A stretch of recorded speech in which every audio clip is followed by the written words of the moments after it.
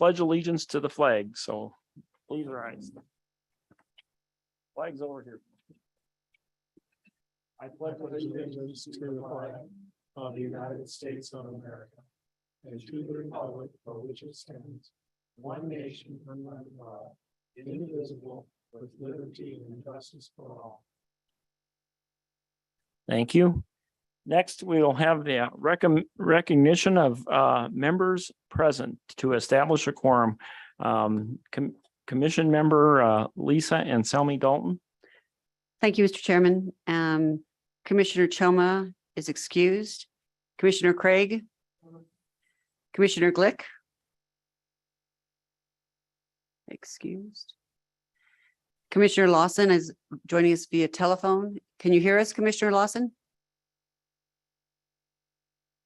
Do you see him?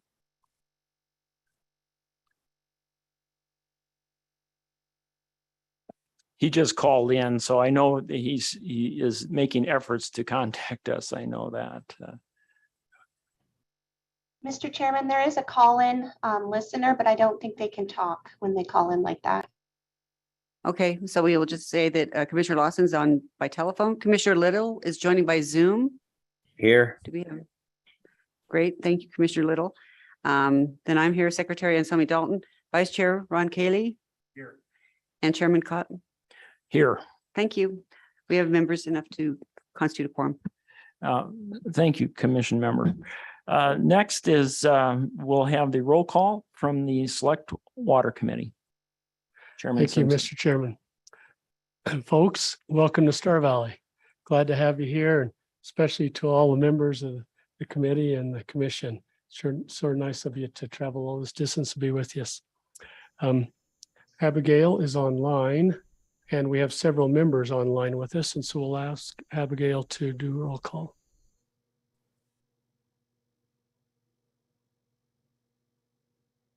Senator Boner. Senator Driscoll. Senator French. Here. Senator Guru. Senator Steinmetz. Representative Banks. Here. Representative Eklund. Here. Representative Larson. Here. Representative Nyman. Here. Representative Paxton. Here. Chairman Simpson. Here. Vice Chairman Hicks. So Abigail, there's several members that were planning to be in attendance or otherwise on Zoom that are not responding. So let's keep that roll call open for another hour or so, and we'll let you know if others arrive on time. And Mr. Chairman, you Thank do you, have Mr. Chairman. 7 present. So Okay, we're good to Currently. proceed. Thank you, Chairman Simpson. Before we start with the agenda, I just want to again thank everyone in the audience and the Select Water Committee and members of the Water Development Commission and staff for making the journey to the beautiful valley of Afton, or Star Valley, and Afton and the surrounding communities. And we very much appreciate the hard work of Chairman Simpson and other members of the community that help make this meeting happen here today. And I know that we're going to have a great tour tomorrow of some of the projects in the area, and it'll be an exciting time up here in Star Valley. We appreciate all your efforts. Yes. Did I miss you? I apologize. I might have skipped it when I wrote it down. Chairman Suker is in attendance. I apologize. And I'd also like to recognize in the audience Senator Dockstader. We appreciate your presence and listening to our work today. And I know there may be other elected members that may have just been elected. If you raise your hand and introduce yourself, please. congratulations. We look forward to working with you.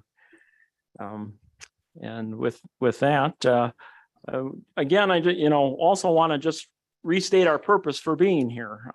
There's, we get together and we spend a lot of effort, but the Select Water and the Water Development Commission, with the excellent help of the Water Development Office staff, we administer 3 programs, and one program is called New Development. That's new development of water. That's unappropriated water. That's water that's not being used. We find uses for that. And the rehabilitation program, that's rehab existing facilities. Many in this valley have taken advantage of that program. The other one is dams and reservoirs, and that's water storage, and it's a very important topic in these dry times. So we work hard on these programs with, of course, the help of all the districts across the state, and it's for the beneficial use of all residents. And we appreciate everybody's help in doing this program. So thank you. With that, Mr. Chair, we will move on to item 4, approval of the minutes. Do we have a motion on the approval of the minutes, or has everybody reviewed those minutes? Sure. Commission Member Kaylee. Yes, I move to approve the minutes from May 12th, 2020 for the WDC SWC joint meeting. Thank you. Second. We have a motion and a second, and that second came from Commissioner Anselmi Dalton. Is that correct? Okay. We have a motion and a second. I believe everybody understands the motion. Do we have a vote? All those in favor say aye. Aye. All those opposed, same sign. Hearing none, motion passes. Next, we'll go to item 5, financial overview. Interim Director Mead, could you lead us in this discussion? Absolutely. Mr. Chairman, before we get started, can I make the request to move the State Engineer's Office update up to just after the project updates agenda item? That would be a great request. Are there any objections to moving the State Engineer's Office update ahead in the agenda? Hearing none, so accomplished. And Mr. Chairman, I know this is our first meeting on the utilizing just e-notebooks. So if anybody gets lost and needs to get caught up, just raise your hand or interrupt and we'll slow down a little bit. And I will attempt to try to state where we are when we move forward or what page we're on, but sometimes I get a little quick on things. So feel free to slow us down if we need to. Okay. So the financial overview, I'm going to start off by handing it over to our fiscal manager, David Ray, and he's going to go over our 3 account that we have and the balances we're anticipating. Mr. Chairman, David Ray, I'm the fiscal manager for the Water Development Office. So just to remind everybody briefly, that the state's fiscal year runs from July 1st to June 30th. So this August meeting, we really like to take the opportunity to set the stage for the upcoming session to identify an estimation of the balance that we have available in each account for appropriation in our omnibus water bills. So we do that through this projection process. This is the sheet in your e-notebook here. I'm going to talk briefly about the process related to account 1. So if you look at this sheet, we start with last year's cash balance. So this was June 30 of 21. And then we account for all the revenue that we collected between July 1st of 21 and June 30 of 22. And that comes in the form of quite a few different things. So we have our mineral and severance tax that we receive. That's a static number that we know ahead of time. We also earn interest on the cash balance in our account. We also receive some principal repayment from outstanding loans as well as interest on those outstanding loans. And then other things that we receive revenue for would include things like water sales, some of those items. So when we add in those revenues and then we subtract out the expenditures that we made out of that account within the fiscal year, and that gets us to our cash balance at the end of June 30, 22. The next step in the process is to look at our outstanding commitments. So in order to do that, we look at every penny of every dollar that's been appropriated to us by the legislature. And we offset that with the expenditures that we've already paid towards those outstanding appropriations. That gives us our total commitment number. And then when we offset that with our cash balance, that shows us what our total uncommitted balance is. So that's where we're at that moment in time. If we receive no future revenue with our outstanding commitments, that's where we would be. Then to figure out what we have available for appropriation, we estimate how much revenue we expect to get during the next biennium, the next 2 fiscal years. So fiscal year 23 and 24 in this case. And that bottom number then is the balance that we have going into session to appropriate to projects. So for account 1, that's $26,952,993. And again, that's an estimate at this point based on that projected revenue. So if you scroll to the next page, we have the same exercise for account 2. So heading into session, we have available for appropriation $3,905,680 in account 2, the rehab account. If you scroll down to the next page, the same exercise for account 3. So in account 3, the dams and reservoirs account, we have available for appropriation heading into the 23 session, $7,210,336. So those are the 3 estimated balances of the 3 accounts heading into the 23 session.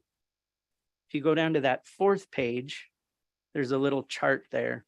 And this just shows a historical trend of the estimated balances available for appropriation.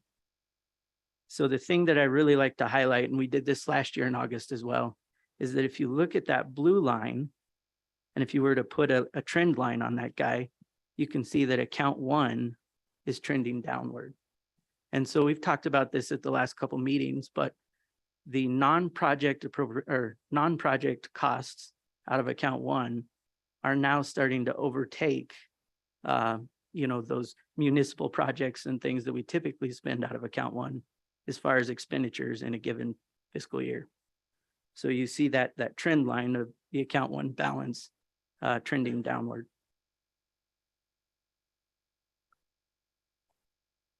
And I think that really covers it for the estimated balances. I'd stand for any questions if you have any. Chairman Simpson. Thank you, Mr. Chairman. So David, for the benefit of everyone present, these are severance tax monies for the most part. I just did the quick math there. So we've got about $37 million in the account. Would you explain to us then why do we have to go through the legislature if the severance tax money is there? What's the next step? Why can't we just spend it on our projects? So, Mr. Chairman, that's the funding that's been, set aside from the severance taxes for the water development program.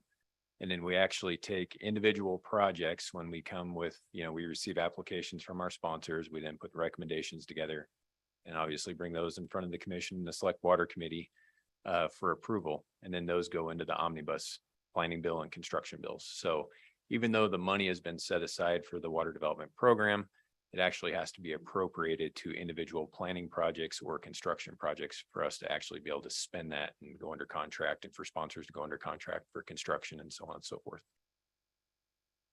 Thank you, Mr. Chairman. Are there any other questions for Mr. Ray on this topic? Hearing none, proceed. And Mr. Chairman, I would just add one thing, just as a kind of a reference from last year.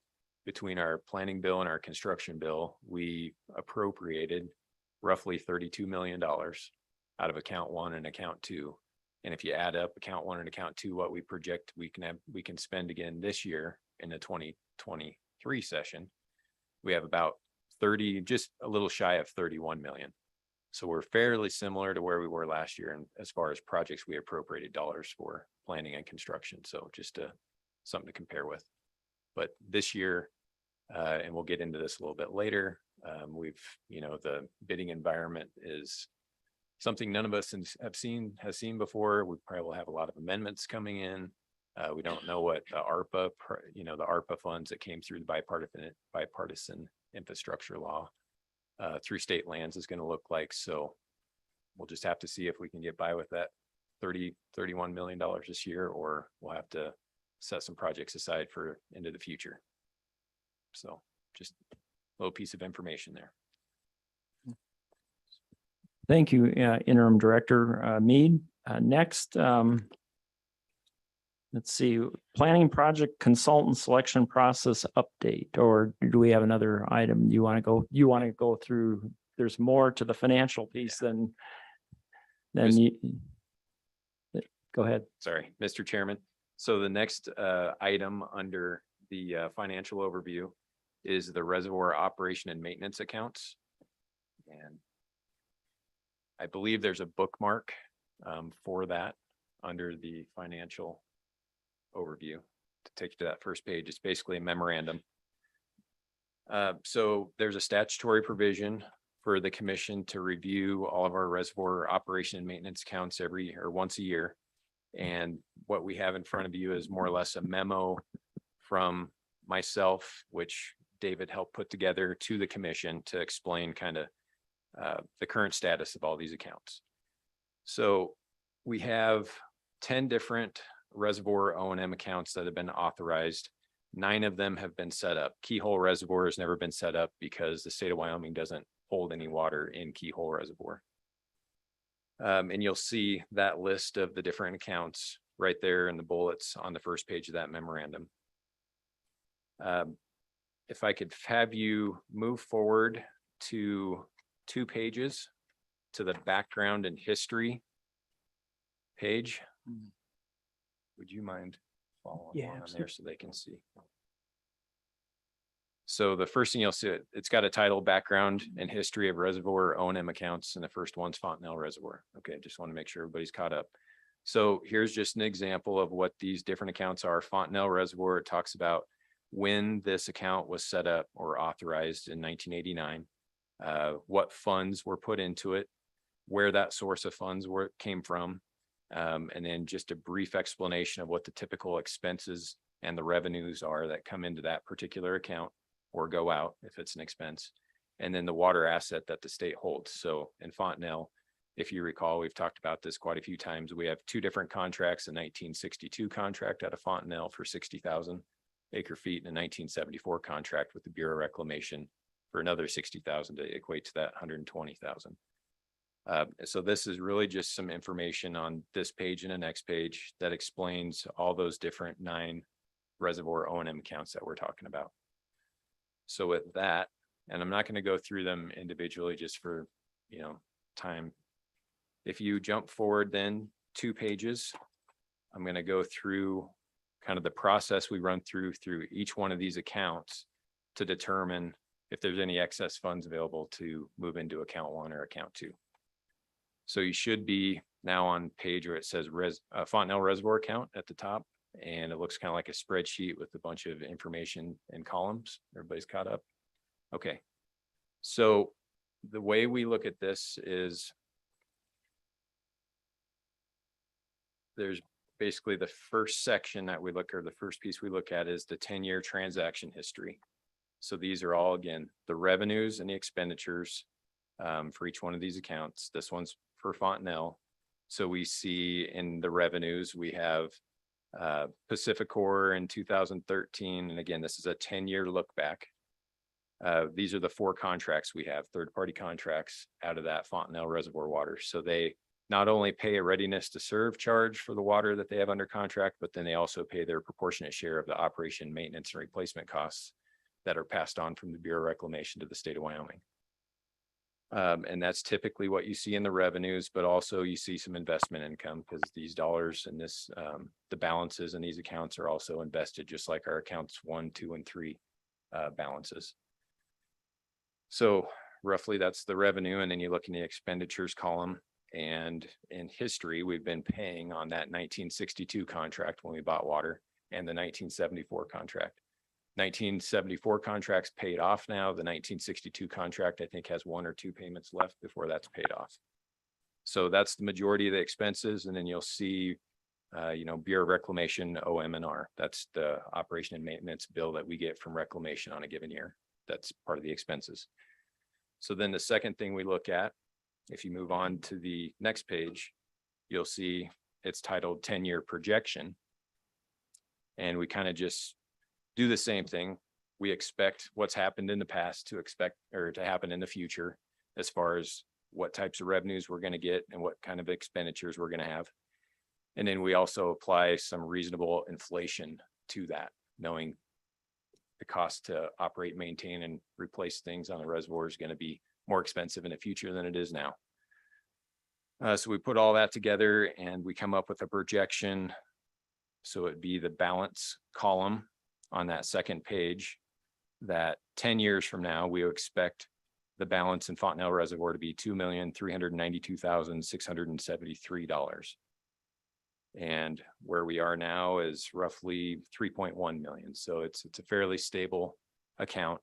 And from that, and we know, this operation and maintenance replacement, that's going to be something that we have to deal with in perpetuity, meaning until that dam is decommissioned, we hope that never is the case, or if it fills up with sediment, which it would take a lot of sediment to fill up Fontenelle Reservoir. So it's going to be around for a long time.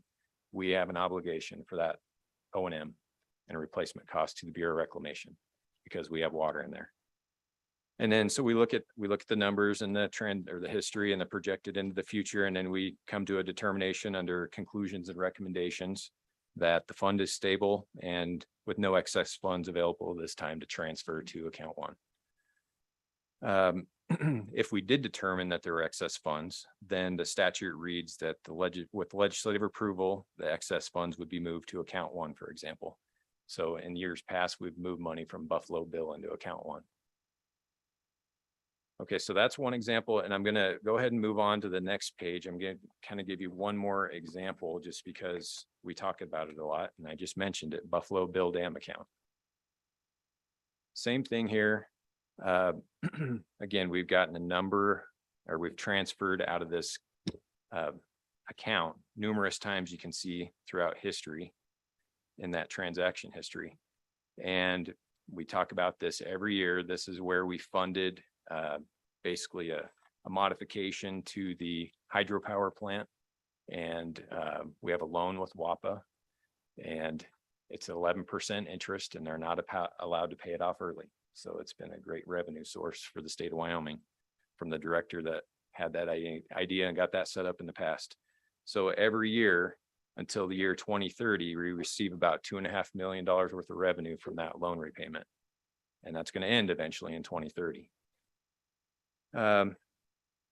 And then, of course, we've been talking about the Fontenelle riprap project for quite a few years now. And we would anticipate that some of that funding for that riprap project in the future would come from this Buffalo Bill account. So if we look at where we are now, so that's kind of the end of the transaction history, we've got roughly $22 million in that account. And with our 10-year projection, we're anticipating almost $32 million, $31,960,000 and change. So it's a healthy account, but again, we have operation and maintenance responsibilities, and we'll really just need to, so at this time on this one, we have the same conclusion, no excess funds available this time to transfer. But what I just mentioned a few minutes ago, we don't know until September 1 when the applications are due for construction, either new projects, amendments to old projects, things like that, what the situation is going to look like as far as the $31 million we roughly have between account 1 and 2 to cover projects this year. If we get, $36 million worth of projects, and we think it's reasonable to try to move some of this funding out of Buffalo Bill to cover that, like we've done in the past, then maybe at the November meeting, we'd have a recommendation for you guys to consider to move some of that funding from Buffalo Bill into account 1 or account 2, like we've done in past years, to cover some of those projects if it's reasonable. But we don't have that clear picture at this point. So with that, I'll have you back up all the way to page 2 of the memo again.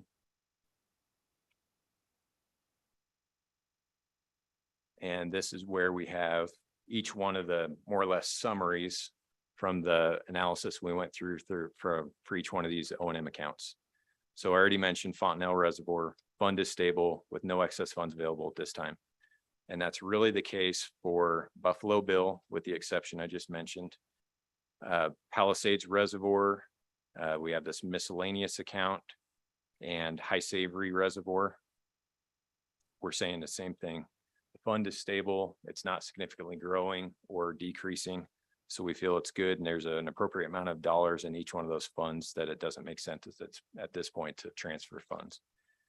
Then when we get down to Pathfinder, Glendo, Lake DeSmet, Middle Piney, there's currently not a statutory provision to move excess funds from those accounts into an account 1, for example. But at the same time, we really have the same recommendation that it's stable and there's no need to transfer funds. So really no need to set up that statutory provision to be able to do that at this point either. So with that, that's more or less my, I guess, summary of the reservoir O&M accounts, and I stand for any questions. And I should say that these will be also reported to the joint ag and the rest of the legislature through our legislative report that we put out every year. Thank you, Director Mead. Are there any questions for the director? Very complete summary. The charts and list help understand the dam process. Great. The dam process. Oh, Okay, yeah. thank you. We have David to thank for that. He puts all these numbers together, so. Next. Let's see, okay. Planning projects consultant selection update.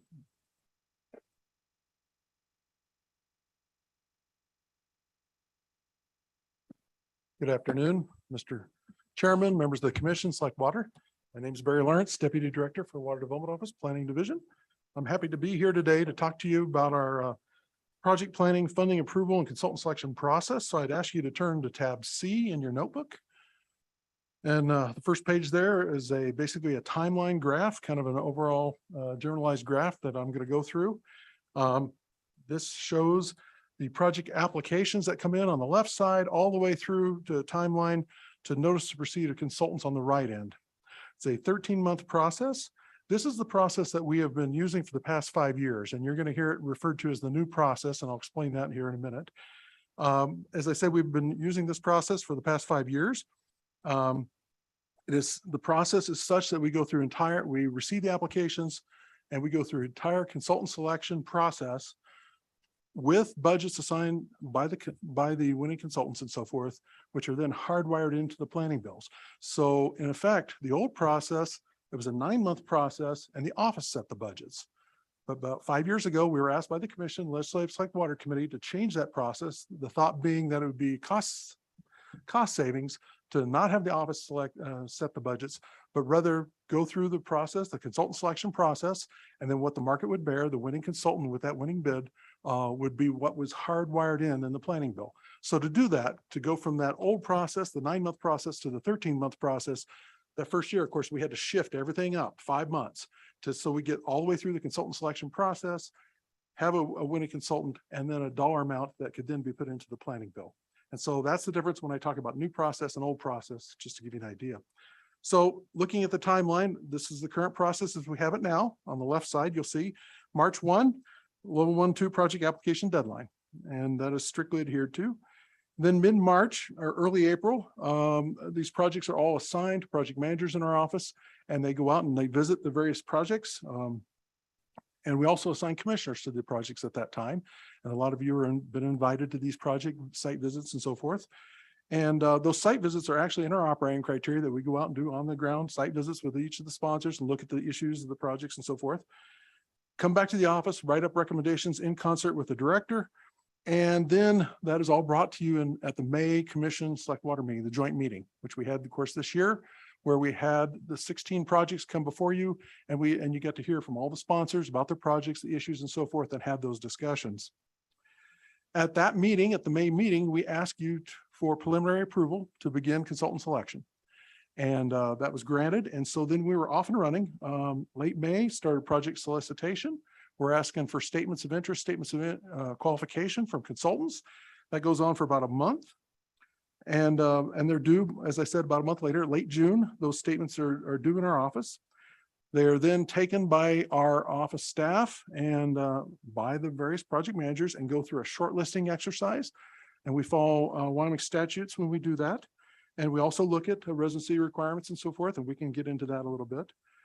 Through that process, we whittle down to, we'd like to get 5 firms if we can. That doesn't always happen, but we'd like to get to 5 firms if we can on each project. And then from that, RFPs are sent out to those 5 firms or less if we have less. And firms have basically a month to respond, put together their proposals. We're firm on those deadlines. And so mid-August, and I will tell you this session right now that we're going through right now, consultant selection, that deadline was this past Friday at 1 o'clock. All the proposals had to be in for those projects. We then gathered those up and we have selection teams assigned. We'll talk about that a little bit. And matter of fact, we have proposals today for commissioners that are on those teams. We're going to give you a package to take home with you. So a little reading material. But then you'll have about 4 weeks, 5 weeks, actually it's September 19th, to get the rankings of those proposals. So you're going to rank those. There's instructions there here again, following state statute and so forth that are in those packages that you'll follow to rank the firms. And we do rank all the firms. And the goal here is to come up with 3 firms that we can interview. Okay. Sometimes we don't have 3. If we have less than 3, we still have to go through that process, proposals, ranking of firms, and then doing interviews. In early October, we do the consultant interviews. And as I mentioned, ideally we'd have 3 interviews for each project. We don't this year, but we'll talk about that. And then it's a 2-day process this year. And then immediately following the next day, the commission meets. And at that time, they make motions relative to the firm to be selected for each of the projects. And then, of course, the budget that is assigned with that consultant in their proposal. So that is made known at that time. That then goes forward. And then at our November meeting, when you see the recommendation for the project. Now, remember, in May, you heard about the project the first time through without a budget. Now, when you see that project again, that same recommendation sheet and so forth in November, now instead of TBD, we actually have a budget for that project. And that's what you see in the November when we talk about the planning projects in November, okay, to be included. And then, of course, legislative session, so forth. And then if we make it out of there and those projects are approved, then at that point, the contracts are ready to go and you would see those contracts at your March meeting. And ironically, at the March meeting, it's kind of the tails. We have a 13-month process. So we're starting a new process at the same time we're concluding the old process because it is 13 months right now. So at the March meeting, we are approving contracts for the off and running projects that went through the legislature and we've done consultant selection. We're approving contracts, but at that meeting, remember, March 1 is our deadline for new apps. You're hearing about in March about the new applications that we just received. Okay, so that's kind of the tails. So that's the generalized process. If you turn to the next page, page 2 in that same tab, this is kind of details where we are this year. At the top of the page, you'll see the 16 projects that you discussed and we received applications for and discussed at the May joint meeting with the Commission Select Water. You gave us authority to begin consultant selection on those projects. You'll see the commissioner assignments. Those have not changed. Obviously, we work through any issues that might have existed with conflicts and that type of thing. And so since that May meeting, the projects were advertised 4 successive Fridays in the Casper Star Tribune. That was May through June. We placed it also on our agency website. We placed it on the state procurement site. And an email went out to consultants. We have a massive consultant distribution list and that went out. So 4 different ways they went out. And then statements of interest qualifications were due and it says they're June 24th at 2 o'clock. And oftentimes they are included, and I will tell you this time they were all Wyoming resident firms. So they all included residency certification forms and there's stipulations there. We worked with the AG's office to make sure, according to Hoyle, how it had to be if they wanted to claim Wyoming residency status. We went through a shortlisting exercise last about 2 weeks. and our project managers apply the criteria per the statutes, and the statute, I keep referring to statutes 9-23-105. 923-105 is the one that details how we go through the consultant selection process. And as I mentioned, the goal is getting down to 5 firms. In this case, and we'll talk about this, we only had one project that had 5 firms come after it. The remainder had less, but if they were qualified and met all the conditions, then they were shortlisted. I will tell you that the shortlisting, which is on the next page, the 3rd page in that section, is the actual projects and the shortlisting that was conducted. And this list went out to the commission on July 12th. You should have received this via email, give you a heads up as to what has come in the door and the shortlisting exercise and the RFPs that were going out. If you move to page 4 in that section, this is, and I get teased about this, is what I call my factoids. I go a little bit through kind of a summary of the statistics of the projects that the firms that came in. It's broken 8-year summary. It's broken into 2 tables, or 1 table and then some other narrative. And David's going to pull it up there. There you go. The top of that is what we call the new process, as I alluded to, the 13-month process. The old process, 3 prior years, so 8-year summary. So you can kind of see what's going on. Pretty interesting. At the top of the columns, you see number of projects, number of submissions. And when I say number of submissions, if you were to have 4 firms putting in 2, that's 8 total. So that's what that is. That's the number of submissions that come in. So if a firm comes in for 5, that's 5 different projects, 5 submissions, so forth. So you can see number of projects, number of submissions, and the number of different firms. Pretty interesting to see what's happened over the last few years. You certainly see a decline in some of those numbers, number of projects. I can tell you one of the reasons, for instance, in 2019, number of projects, we went down to 7. I can tell you what happened there. That was the transition year. We had just finished, our old process, applications came in the fall. Well, then lo and behold, only a few months later, we're having another application deadline to make it all work in this new transition process. So it was very shortly thereafter, we had another deadline. So we only received 7 applications. So, but tracking along, you'll see pretty steady, 12, 13, so forth. 2022, we only received 7 applications. I do think COVID played a part in that with sponsors and so forth. And then we were back up to 16 this year. If you look at number of submissions, they've been pretty steady as well, and then number of different firms, that's gone down. We're down to 17 firms this year that came in on those projects. Still, if you look at it as a whole, the new process versus the old process, pretty enlightening what's going on there. And there may be, we can talk about that, what some of those issues may be, have some thoughts on that. By project, you can look at that, and we've certainly listed that out. There are 5 projects that only had 1 firm come in. Still going through the consultant selection process on that. And then we had 1 project that had 5 firms come in on it. Okay, and that happened to be the Glendale Water Master Plan project. Average submissions 2.25, 2.25, down almost by 1 relative to number of firms coming in on a particular project. We're seeing kind of a couple years ago was over 4 firms coming in per project, 3 last year, and then this year 2.25. So we're seeing a decline there. Number of firms coming in on projects. We can also look at by the firm number of submissions. We had 7 firms chasing 1 project, very specific. They're chasing a single project, to the high where we had 1 firm chasing 5 projects, more of a shotgun approach. So it kind of varied. Average there is 2.12 submissions per firm. And then lastly, as I mentioned, 36 of 36 submissions were still standing. None have been eliminated so far. They all met muster, they met the criteria and so forth. They're going forward. And 17 of 17 firms are still standing, and none were eliminated. And all 100% of the firms are in-state firms, same as the last 2 years. Okay. Now, if you go back to page 2, that had that table of the projects. David, if you could scroll up, a couple pages back, and that page. We'll continue on where we left off. RFPs were sent out to those shortlisted consultants. So that list, the short list that you saw there, the table. Here again, no budgets were set for the projects, and RFPs went out, and the consultants had approximately a month to get their proposals in. And with the proposal, per the statute, there's also they do sealed cost proposals. They're sealed up.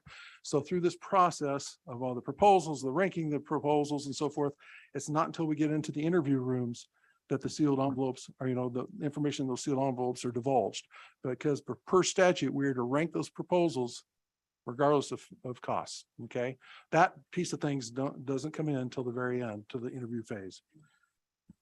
So as I mentioned, most of the projects have pre-proposal tours. We've done that. And then, and many of the commissioners did attend those tours.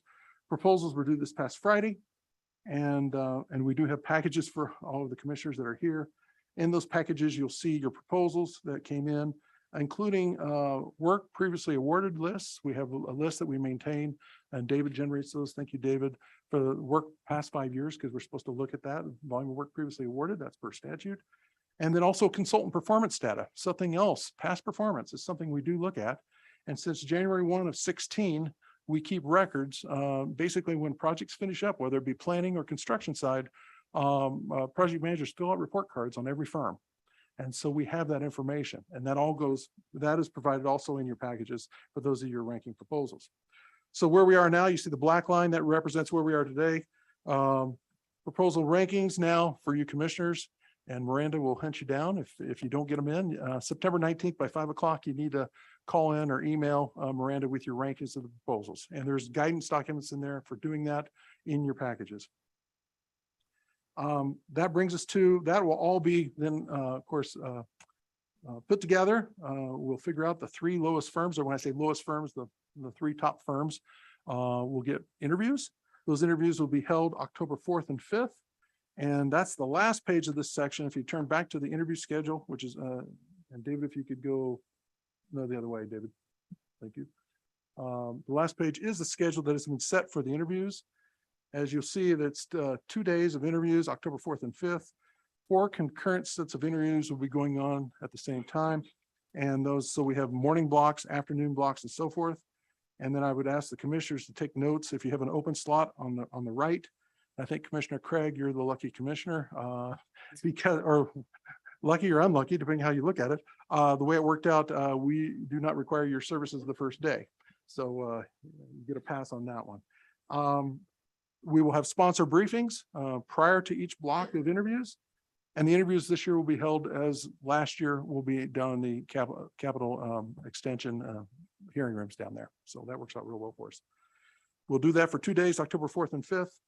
And then the following day will be the commission meeting where we'll meet to approve those selections. So with that, I would stand with any questions unless our interim director would like to add anything. Thank you, Deputy Director Lawrence. Are there any questions for Barry Lawrence? Mr. Chair, Yes. I have a question for Barry. Barry, recently an entity had asked me about the possibility of fast tracking that 13-month process. Do we have any way to shave time off that or to fast track? And Mr. Chairman, members of the Commission, it's a valid question. We've talked about that because, last thing you want to do when we went from the old process to the new process, by getting all the way through consultant selection, that basically added 4 months, basically from 9 to 13. One of the things we talked about is obviously we require commission approval. It's kind of set on the meetings, but we require commission approval to go forward, for instance, with consultant selection. Okay, so that's your May meeting. If we were to wait till August, that would be too late. Wouldn't be time to get everything done, proposals and shortlisting and all that, and then have it. Remember, we're trying to hit the legislative session. We're trying to tee up and feed into that big November meeting. And to do that and work backwards, I mean, there might be a way you can shave a week or 2 here or there, but there's requirements for advertising and that type of thing. It might mean having another commission meeting. I'd hate to say it, later in the year or something like that, as not May, maybe June or something like that. We'd have to, but it's not. We're not going to be able to wholesale do a lot because of the process and how long time. And we want to give consultants. We typically give them a month to put together our proposals. When we had the situation where we only had folks on the interview teams only having a week or 2 to review the proposals, we received complaints on that. There wasn't enough time. They wanted more time. So right now we built in, so it's about a month to review those proposals. So there's a lot of things at play here, but we've got to hit those milestones of those commission select water meetings. And so that kind of is what's kind of, anchoring what we do. So there's a possibility, but there's a lot of balls in the air. Yeah, I don't think we can save a whole lot. As long as we're going to try to go through the entire consultant selection process prior to that November meeting, it would be pretty tough to shave much time off. Thank you. Chairman Simpson has a question. Thank you, Mr. Chairman. Barry, thanks for your statistics here. I'm looking at the 8-year summary. Yes, Mr. Chairman. I I really appreciate you keeping your eye on that bigger picture. So roughly 4 or 5 years ago, we had upwards of 46 firms submitting consistently on our projects. That is right, Mr. Chairman. And one of the things I will add to you, legislation changed, relative to residency requirements. Okay, if you remember, that was changed.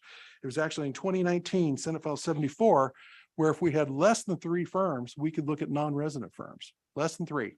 Okay, prior to that, there was no, we can look at non-resident firms, but if we had less than 3 come in, and they had to be credible, but if we had less than 3 credible firms, then we could look at non-residents. Okay, that was in 2019, Senate File 74 changed that down to 3.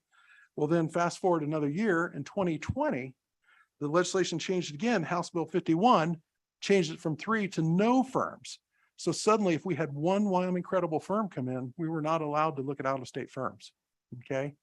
And I do think that's one of the things that's going on here, because what we've seen is, we're just not getting interest from out-of-state firms. There's no competition there. What we have seen is either they've tried to open, they're partnering with some Wyoming firms, that type of thing, where the Wyoming firm will be prime and maybe they'd be a sub, that type of thing. We've also seen a few open Wyoming offices. So that's part of what's going on here. Thank you. And a follow-up question, if I may. So this year you have 5 projects. You Six- actually 6 projects. 16 that- projects came in this year. No, 5 that only Oh, received excuse me. one consultant applying for it. That is right. Were Mr. they Chairman. somewhat specialty types of projects, or was it location oriented? What do you think drove the fact that only one firm was applying to those 5 projects?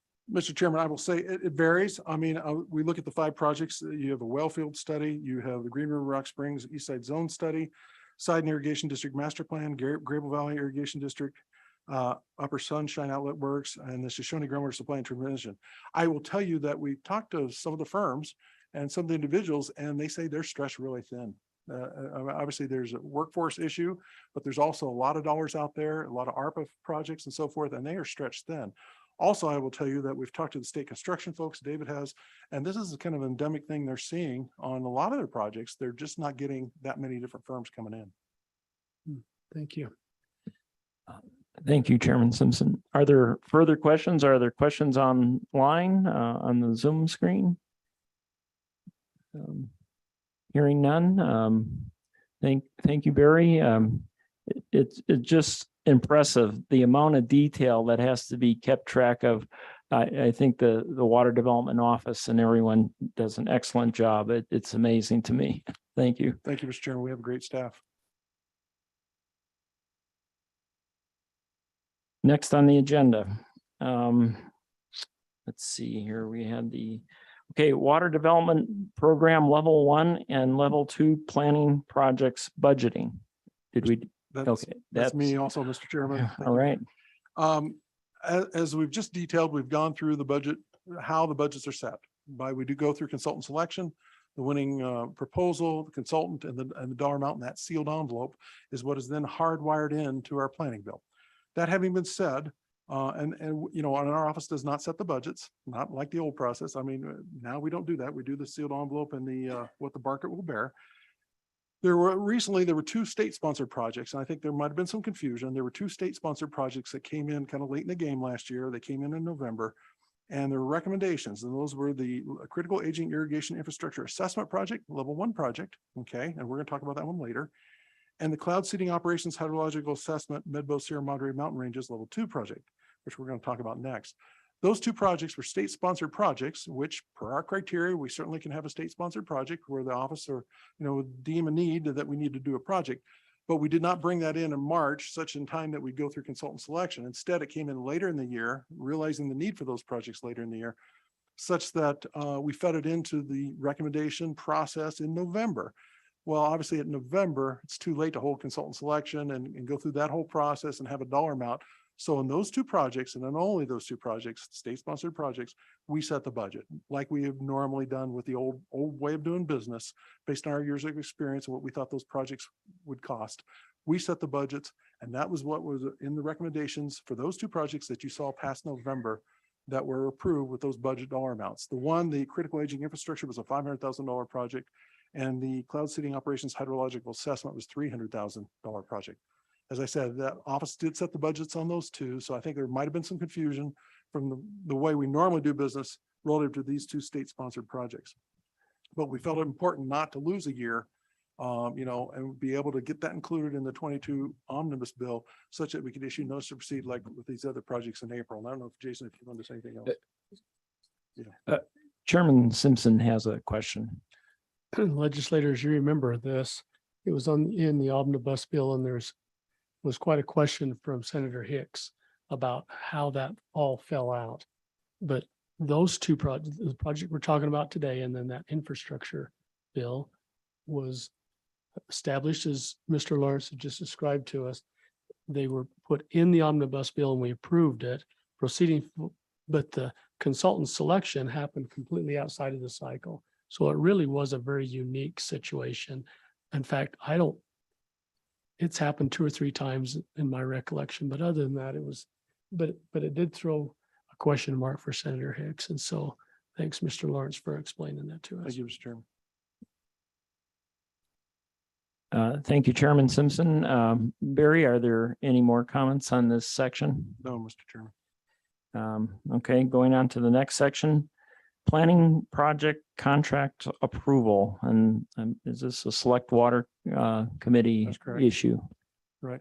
Thank you, Mr. Chairman. And I will tee this up first. And first I'll let you know, and if Abby could let 2 individuals in. We have Julie Gonzar, who is our weather modification program manager at the office, and she's available to answer questions about our current operations and the assessment project as a whole. Then also online is Sarah Tessendorf. She's a project scientist 3 with NCAR, National Center for Atmospheric Research, out of Boulder, Colorado. And she can certainly speak to the state scope of work and how they're going to be approaching the project, this very critical project. Let me tell you that this is the second of the 2 state-sponsored projects. It came about in response to questions we were receiving in 2 different legislative sessions relative to the effectiveness of our program. And I think some of you remember, I know Senator French, I know you were dealing with this issue and so forth. We now, obviously, we're past research. We have operations actually going on where we have aircraft flying above the Medbos or upwind of the Medbos and Sierra Madres. We have 4 years of operations. And the question kept coming up in the legislature relative to the effectiveness of the program. Does it make sense for the state to continue to spend dollars on this? And so bang for the buck. Does it make sense to do this? What's the additional yield? What are we getting? Cost per acre foot, that type of thing. So to that end, that's why we teed up this state-sponsored project to look at just that, bang for the buck, to justify those additional, or does it not make sense? And so we wanted to look at that. As I said, the budget was set at $300,000. We did do consultant selection on that. We had 2 commissioners, Commissioner Lawson, and I believe it was Commissioner Cayley that participated in that selection. And the National Center for Atmospheric Research out of Boulder, Colorado, were selected with a budget of $300,000. I will tell you the scope of work involves reviewing the 4 years of operational data that we have, selecting a representative year where robust data exists. And when I say robust data, obviously some years are better relative to the data that's collected, what the sensors were on the plane. Also, I will tell you one of those 4 years happened to be right after the Mullen fire. And so obviously during operations that successive winter, we did not fly upwind of the Mullen burn scar. We stayed north of Highway 130 there. If you know Highway 130 going Snowy Range, we stayed north of that. So our flight tracks were altered.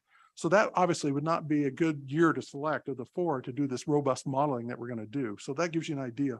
So there will be intensive modeling from the year that's selected, all the way from the additional precipitation that's generated and routing it to additional streamflow in the system.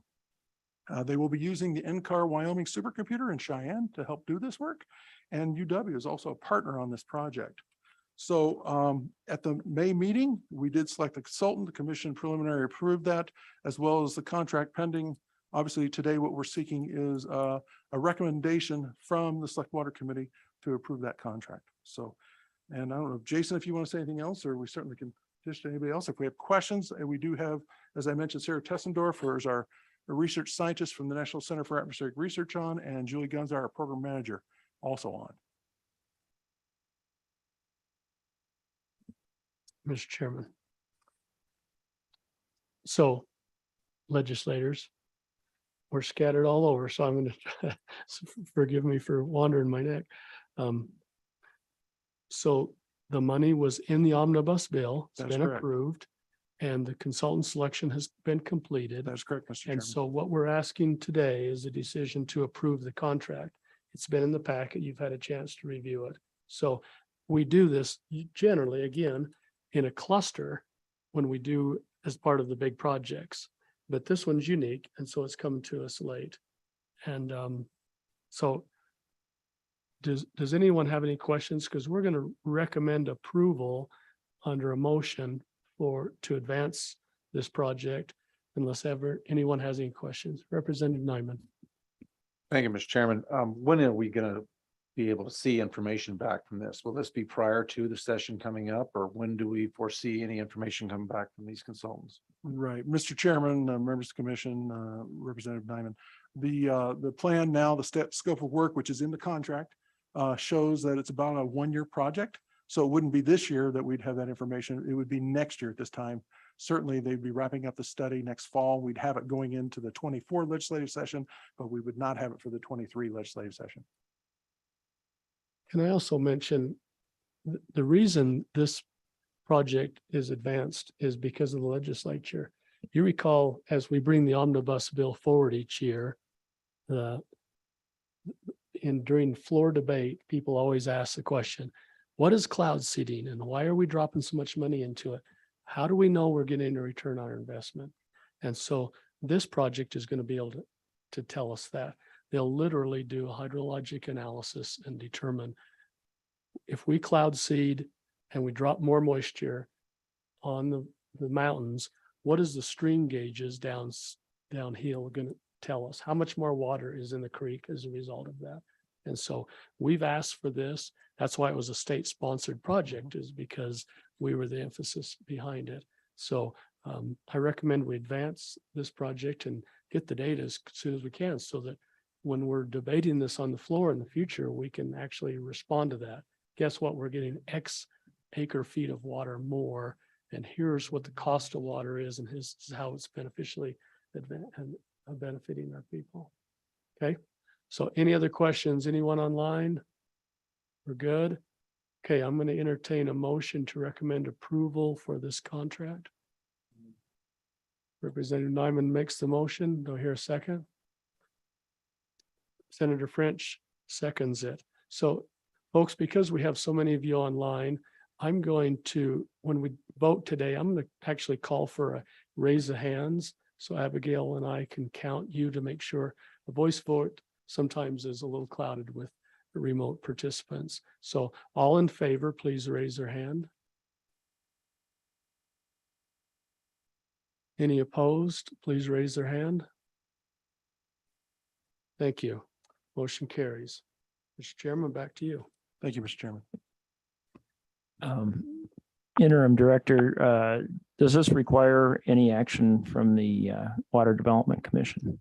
Mr. Chairman, you guys took action back at the May meeting, so No. you're good. Okay, thank you. Moving on, we're on number 9. Planning contract amendments.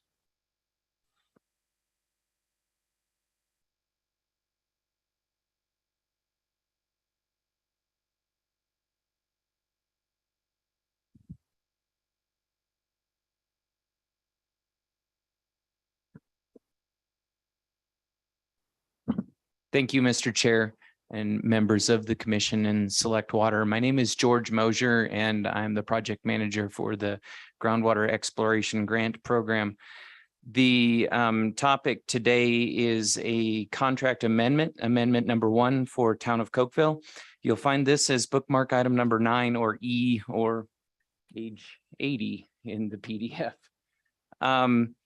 Basically, what we have is a proposed amendment here to increase the value of the groundwater exploration grant contract by about $34,755. What has happened is that, if you'll recall, Cokeville needed to drill another well and was hoping to locate a well in town to supply some of their groundwater needs. And we have received bids, 2 bids from drilling contractors. Those bids, unfortunately, came in a little bit high. So Basically, the idea is that Cokeville is hopeful that we can accommodate a little bit of additional money in the groundwater grant budget. The lowest bidder was about 15% higher than the engineer's original estimate. Interestingly enough, the second bidder came in almost $130,000 higher than the low bid. So definitely securing the services of the lowest price contractor here. We're talking about a approximately 350-foot deep well with 10-inch steel casing and about 100 feet of screen. There is, if you're interested in the big picture for groundwater grant, there's about $1.2 million in the pool of money for groundwater exploration grant contracts. So that hopefully puts in context what the ask for an additional $34,755 is. The total project cost, new project cost, is anticipated to be just a little over $415,000 for that total project. Keeping in mind that this encumbers money for both water development and for Cokeville, Town of Cokeville passed a resolution in support of the contract amendment that can be found attached here. It's in your PDF as page 82. And then also the proposed contract amendment is available for your review. This is a contract for a dollar amount. So the contract amendment shall be submitted to Select Water Committee for review and recommendation. I've noticed in the past that, sometimes we get a little, which one comes first and which one comes second. So I recognize it's a little bit bold, but I pointed that out in the bottom of the memo. Will provide a little bit of perhaps helpful guidance as to how to craft that sort of thing. If there are any questions, I would absolutely entertain those.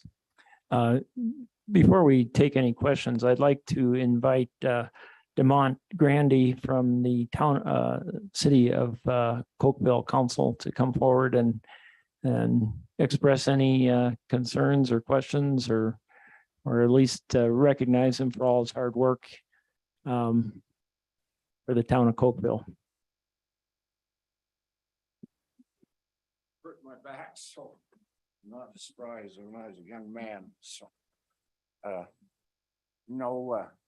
we're slowly getting this project put together, and it looks like the pipe will be delivered to the town here Friday. We should be able to start drilling next week to put the project in. As you know, most town budgets are extremely tight right now, and we're still fighting. The town's fighting. Our waste plant is in need of a lot of repair. It's reached that age where it's about 12 years old, and a lot of the motors and things are going out. So we're sticking. In fact, we're replacing the mixing wheel. Is almost a $80,000 project. So we're really short on money in the town, and so every little bit helps us. And so that's why we're needing this extra $34,000, is to try to make our budget match what we got revenues to do. I'll answer any other questions too. Thank you, Councilman Grandy. Are there any questions for the councilman? Mr. Chair. I got a question. I'm just making the assumption that the difference between the $34,000 ask from us and the $46,000 difference on the contract, I assume that $12,000 is coming from you guys at City of Cokeville, correct? Yes, in accordance with the way the groundwater exploration grant structure is aligned, it's basically a 75-25 for the project.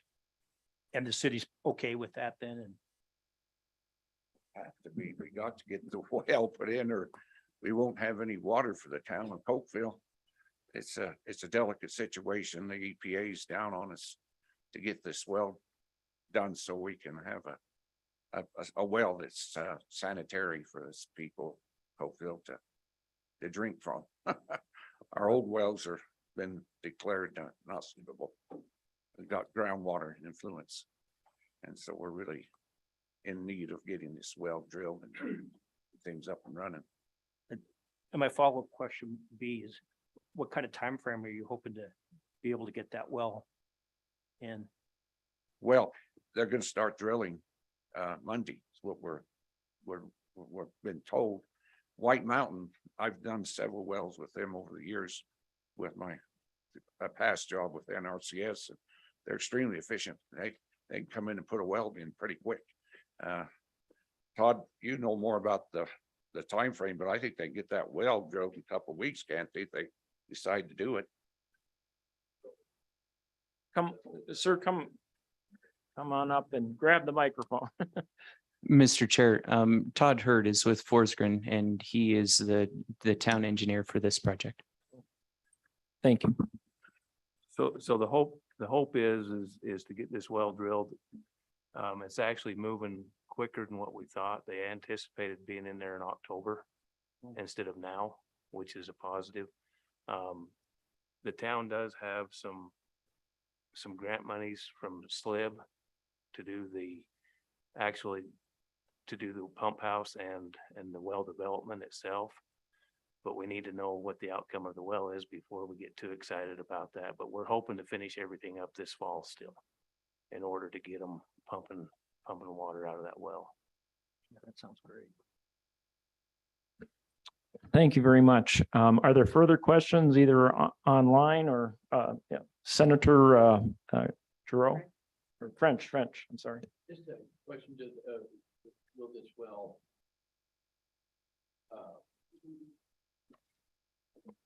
will this well give you water for the future, enhanced amount? I mean, is it for future development or just strictly what the town's using now? It's just strictly what the town, we're in hopes that it'll replace. They've got 2 wells now. Eventually, and the town's aware of it, they're gonna have to drill a secondary well to appease DEQ. At some point in time, but right now, this is the big fix to get EPA off their back. The hope is to have the production out of this one well to actually produce as much water as they're getting out of both their wells up above. But just by having to have the backup, they will have to drill a secondary well down the road. So it follow up. So it just meets your current needs. Correct. Okay. Mr. Chairman, Yes. I do have a question. I guess it's about your rates, your water rates. Have you had any rate increase recently, or where are you at with that? Yeah, we've had a rate increase. We're trying to keep that as low as possible. The town of Cokeville has a lot of senior citizens in it. Quite more than half people are senior citizens. And we can increase the rates. We have several people don't pay because they can't afford to. So we're fighting that issue. And so I don't want to increase the rates too much more. We really feel that we're going to look at going with meters and everything in the future here. That was my other question. You're not on any meters for individual use, correct? Well, the ones that are putting in new connections are having meters put in. And the ones that have to have some of their old connections replaced, we're going to put meters in also those. But right now, we're trying to get the water system done so we can have water for people. And like I say, the town of Cokeville has not got a lot of money to work with. We're working on replacing our fire hydrants too, because we've got about 10 of them that have been down. The water system is just getting old and antiquated. And so it's just the way it is. We've got to do this well first, and then we're going to go ahead and look at the meters in the future. So are you, you're not billing by volume or meter? So is there a set rate per month that you use? And what is that rate? It's $45 for Okay. a connection. And Thank you. $65 for sewer. Oh, 65 and 45, that's just to connect, Or is Oh, that monthly? That's a That's the monthly. monthly. Yeah. Now, for a connection, I can't think off the top of my head how much that is. I don't know what your connection. Yeah, well, that's all right. I think that, you know, at least you're in a range with your $45, I would guess. So, thank you. Mr. Chairman. Okay, legislators, we're going to vote first on this one. Our motion is to increase the town of Cokeville's groundwater exploration grant by $34,755. That'd be on top of the existing approval that we've given to them of $311,280,000. And so our recommendation is to the commission. Could I have a motion from a legislator to that effect? Thank you. Any second? Representative Banks seconds it. Okay, all in favor of the motion, please indicate by raising the right hand. Any opposed may also indicate. Thank you. Motion carries. Mr. Chairman, back to you. Thank you, Mr. Chairman. For the Water Development Commission, do we have a follow-up motion to approve the recommendation from Select Water? Mr. Chairman, I would move the commission approve the first amendment to the town of Cokeville groundwater exploration grant contract. Thank you, Commissioner Lisa and Sally Dalton. Do I have a second? Second. Second from Commissioner Craig. Again, this is for the Cokeville amendment to their, so they can continue their drilling project. Do we hear any, is there further discussion on this? Hearing none, all those in favor say aye. Aye. Aye. All those.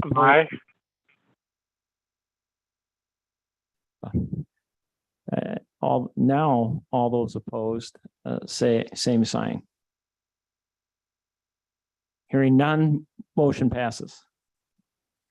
Mr. Chairman, Yes, before we leave this, I would just have a question regarding funding. Being pretty new to this process, I have clarification on contingency funds. I'm assuming under the groundwater grant, there isn't a contingency fund for, so that's why we're asking for this increase rather than using contingency funds. Is that correct? Mr. Chair, that is correct. The contract amount dollars are binding on that, and we don't have a way to do that without commission approval. Thank you. thank you. And before we go on to the next item, I'd like to welcome Commission Member Clinton Glick. Welcome.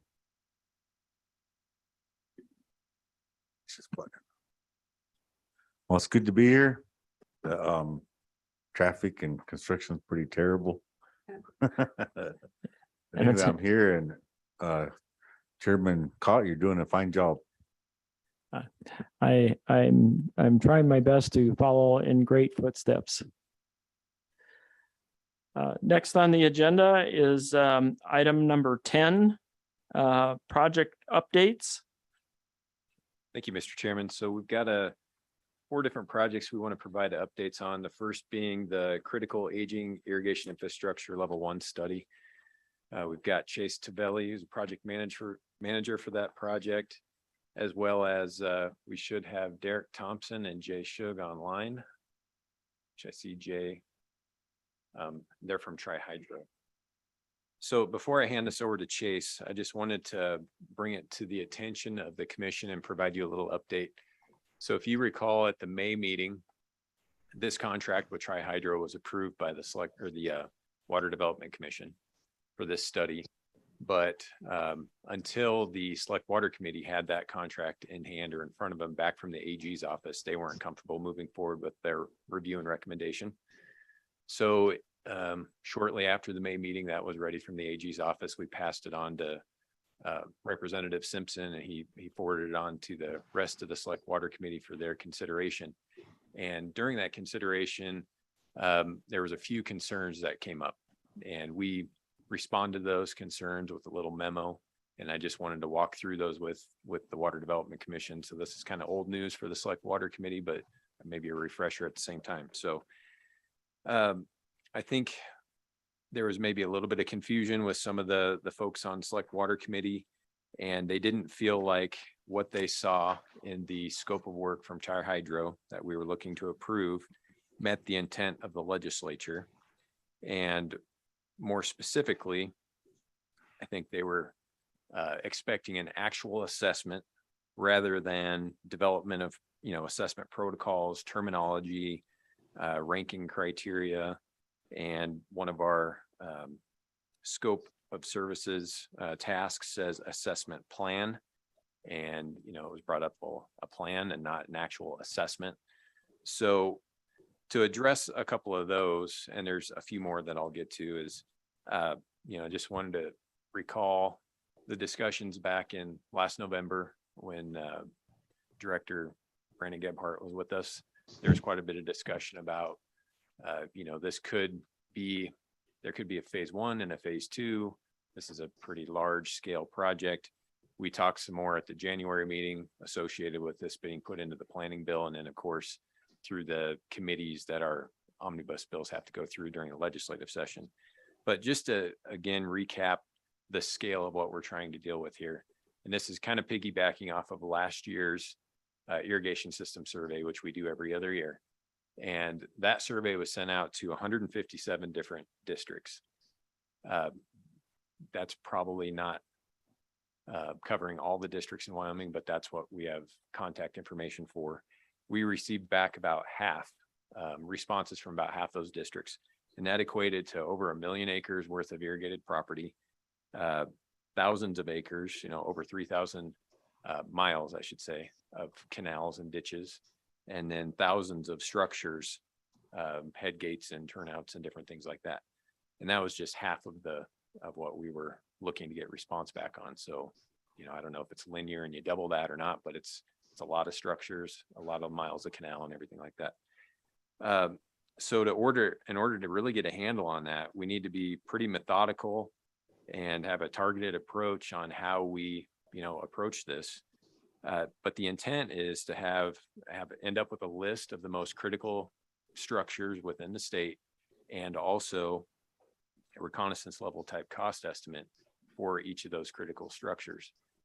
And that's going to allow us to get our arms wrapped around how big is this issue and what are we going to need to do, knowing, in the rehab account, we get $3.3 million a year roughly from severance taxes. And what are we going to have to do to plan to try to modernize the irrigation infrastructure within the state of Wyoming and prevent these Laprelle dams and Goshen irrigation districts? And, we just had another one there in southeast Wyoming. So, and really, we need to define what Director Gebhardt termed as criticality and a ranking criteria, so we can define, really compare between different districts. Goshen irrigation districts, not the same as Midvale versus, smaller districts throughout the state. And a critical structure to one is not a critical structure to the other. But we really need to be able to consistently approach this and just to try to come up with, what's the top 10, what's the top 50? We don't know at this point. Is it 10? Is it 50? Is it hundreds? We don't really know. But again, we will come up with a list and cost estimates, but that's not going to get us to the point where we're ready to go to construction, because our level 2 study, this is a level 1 study, our level 2 studies do a lot of field investigations that are pretty specialized for a particular structure. They look at what are the different alternatives to be able to replace a structure. And there's just not that funding available in this level 1 study to get to a point where we can just take the top 10 structures and say, okay, we're ready to move to construction and we need this amount of money to get that done. It's going to take more effort when we're done with this effort. With that said, we heard loud and clear what the Select Water Committee's concerns were, and we want to get as far down the road as we can. So we've offered up to the Tri-Hydro, the consulting firm that's been put under contract, or hopefully will be put under contract with consideration, that our staff, water development project managers and others, are out in the field quite often, working with sponsors, following up on projects. So we've offered that, hey, if we're out there and we can provide some assistance to Tri-Hydro to go out and take measurements or pictures of the structures that have been identified through, and I won't steal Chase's thunder here, but all the work that's going to go into identifying these, that's going to help Tri-Hydro not have to put people out on the ground, but be able to give them enough information to come up with cost estimates that are good. That's going to get us, you know, what is the concern here? How are we going to handle this in the future? And those level 2 studies, again, we won't know until we're done with the study what we're dealing with. But let's say we have 10 critical structures and they span 5 different districts. You know, a couple different options. We can go do 5 different level 2 studies to handle each one of those districts, but it might be a lot more efficient to say, oh, let's just do 1 level 2 study and we will focus on those 10 structures, even though they're different sponsors. And that's going to be more efficient and economical to do that. We have a great staff, and you've heard that consistently, and I really agree, but we don't do this every day. Not every one of us is an agricultural engineer. We have different expertise.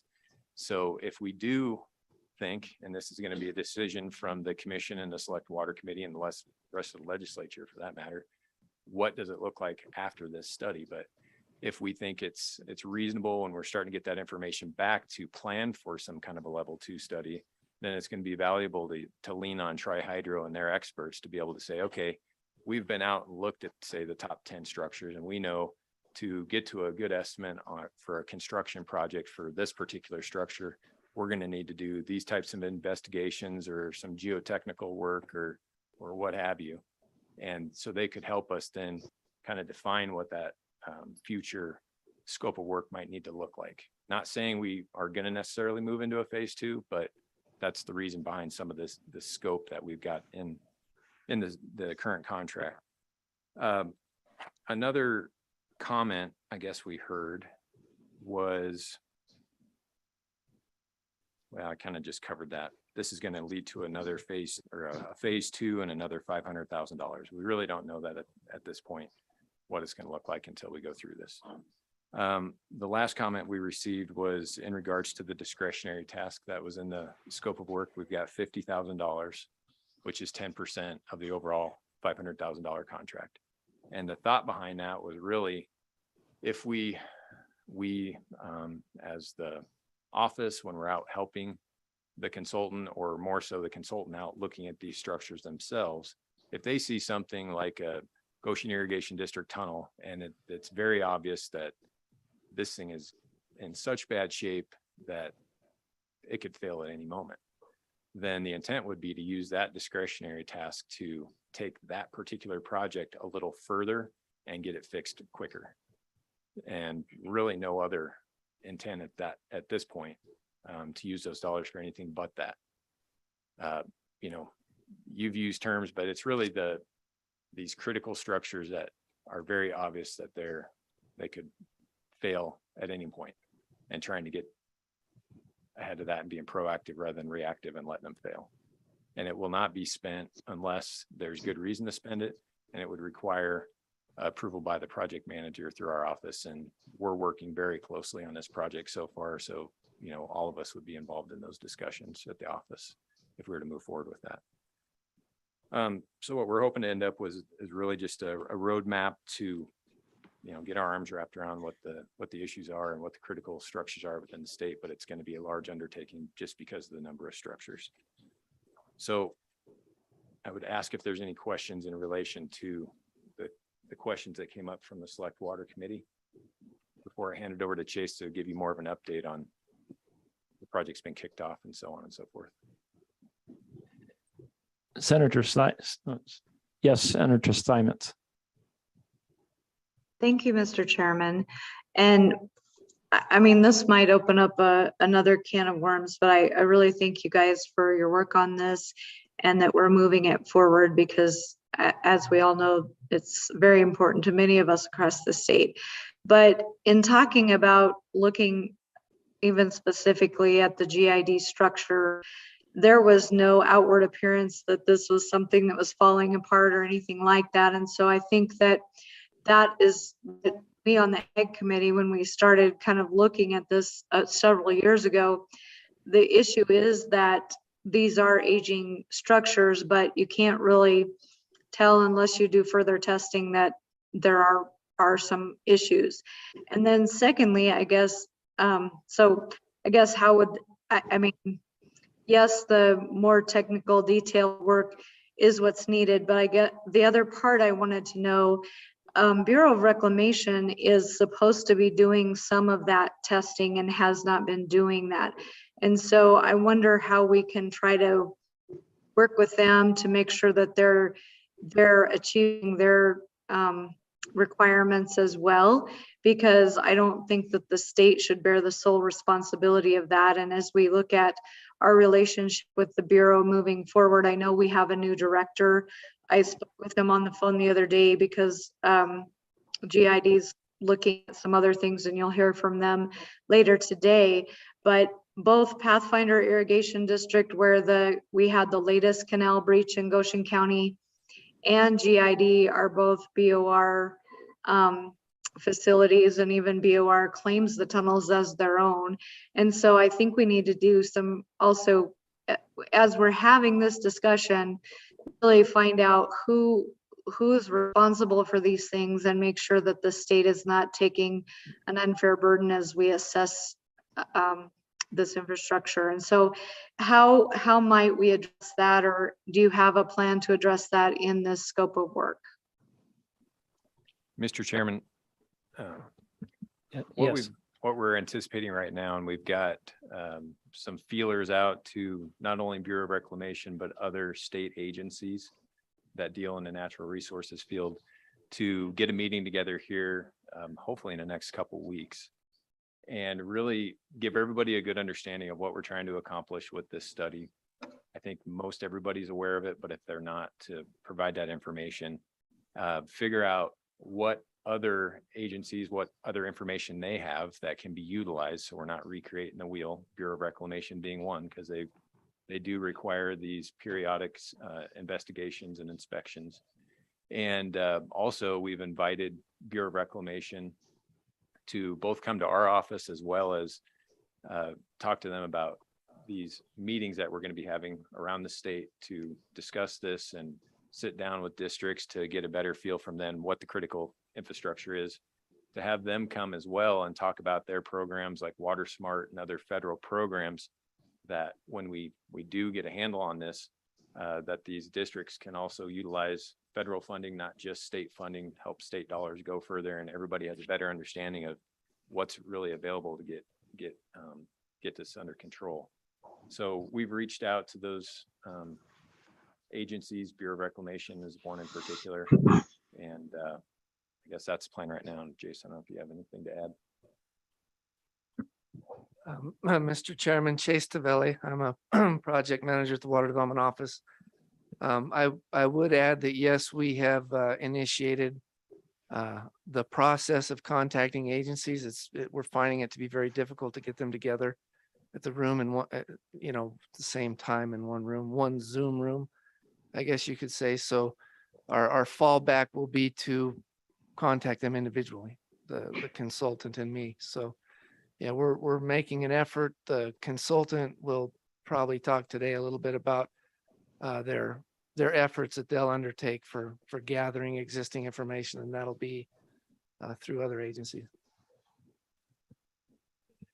Thank you, Chase. So Mr. Chairman, I would ask if Senator Simons has any follow-up. Oh, I'm sorry. Or if anybody else. And others. Senator Boner.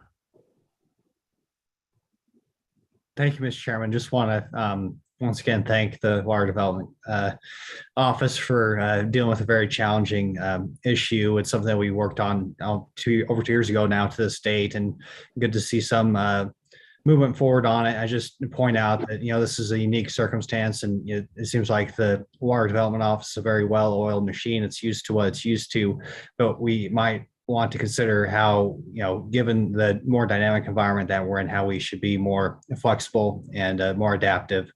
And, I think that's something we have to, as legislators, if we're going to involve ourselves involve ourselves in this decision-making process, so we need to look at it from the front end, not the back end.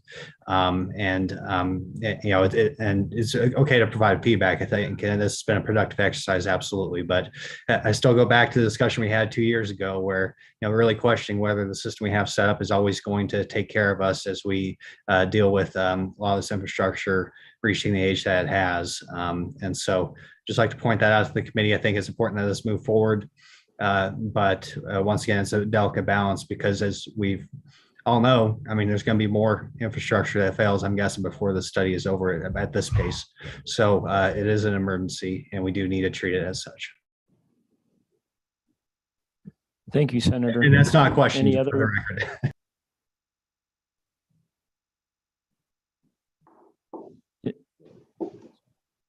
Is there any other comments? Chase, would Tri-Hydro like to make any comments? Mr. Chair, I would like to talk a little bit about how we've initiated some other parts of the project. And then, yes, we do have Tri-Hydro ready to give a project update to the Commission and Select Water Committee. Thank you.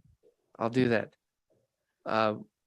Our initial step was to contact all 157 of these entities that are part of our irrigation system survey. So we crafted a letter to send to each of them.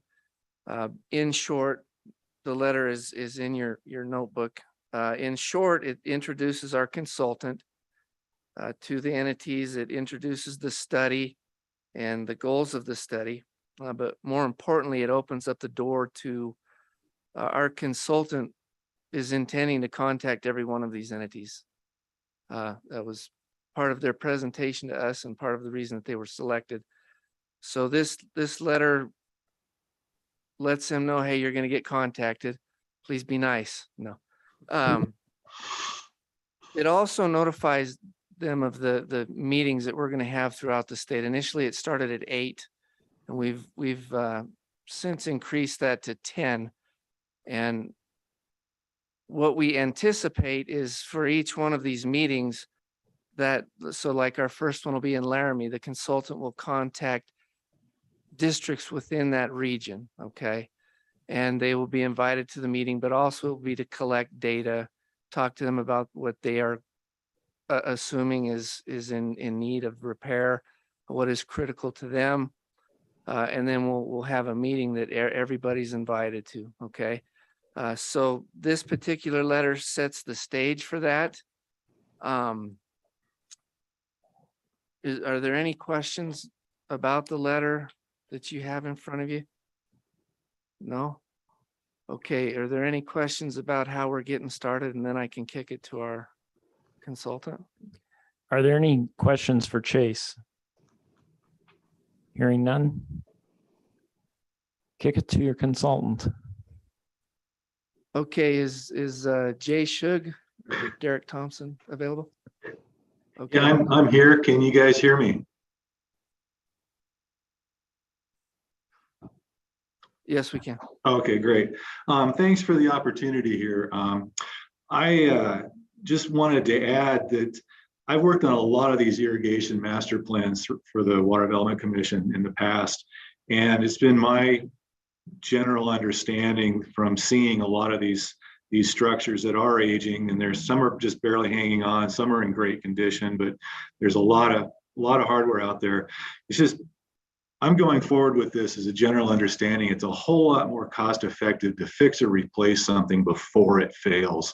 We can avoid a whole lot of cost from permitting to the economic losses to irrigators, to the collateral damages of if a big ditch fails, of downstream flooding and liabilities associated with that. So I think this is a great opportunity.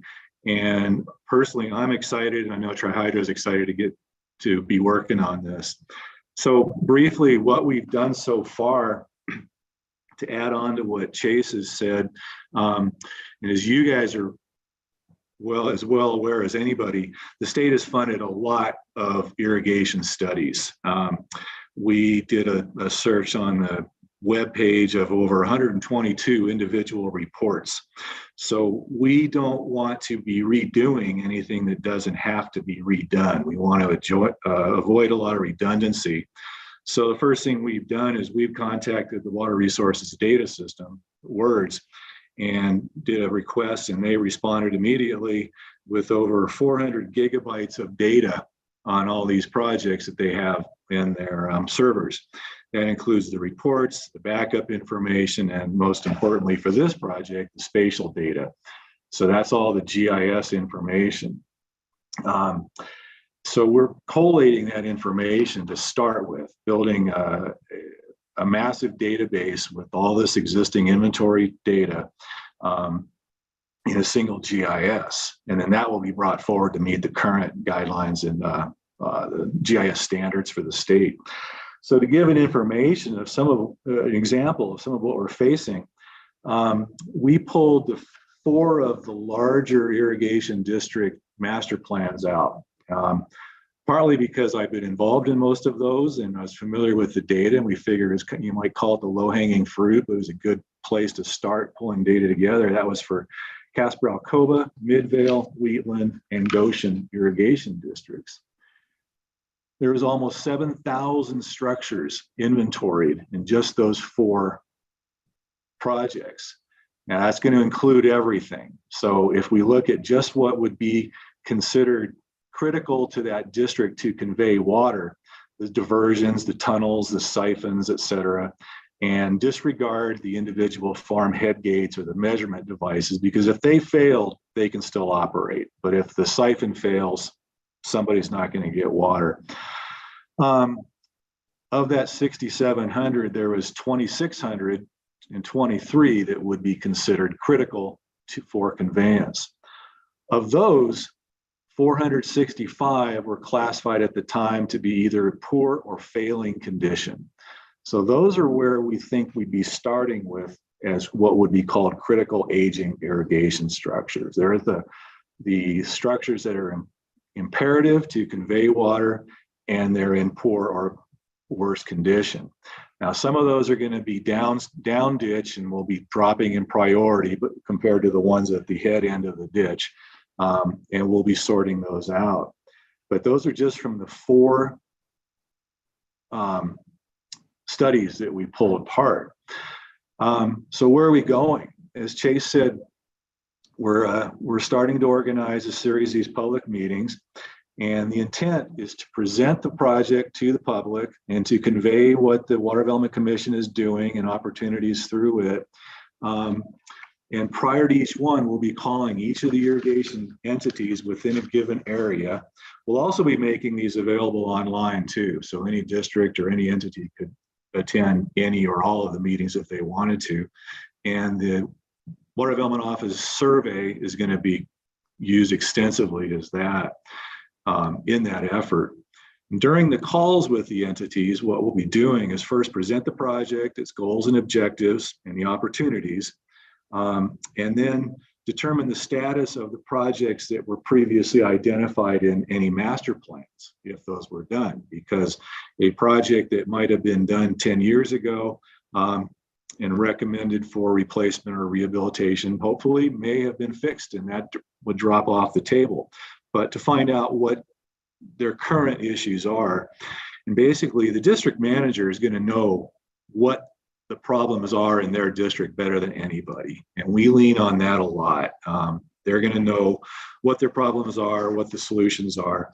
So we'll be interviewing them and taking their knowledge forward.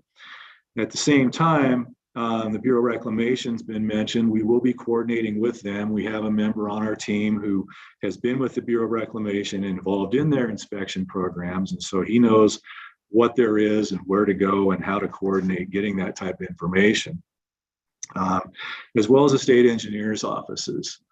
As Chase and Jason both mentioned, we'll be trying to collaborate with them. The hydrographers are going to know a lot, and we're going to want to bank on that information as well. As we move forward, again, as Jason mentioned with the discretionary fund, any impending failures or critical issues that are identified will respond with on-site evaluations. Sites flagged as needing immediate attention will be assessed and appropriate actions taken at that time.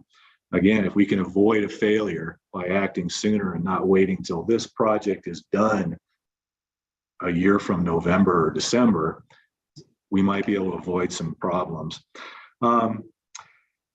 That GIS database I mentioned is going to be continually updated as we collect new information and verify or modify what's already there.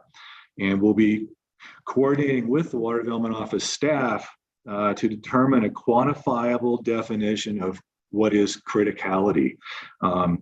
Some type of system that we can quantify each of these structures so we can compare the siphon at GID with the tunnel at Midvale or Casper Alcova, how to compare these things to see which is the most critical.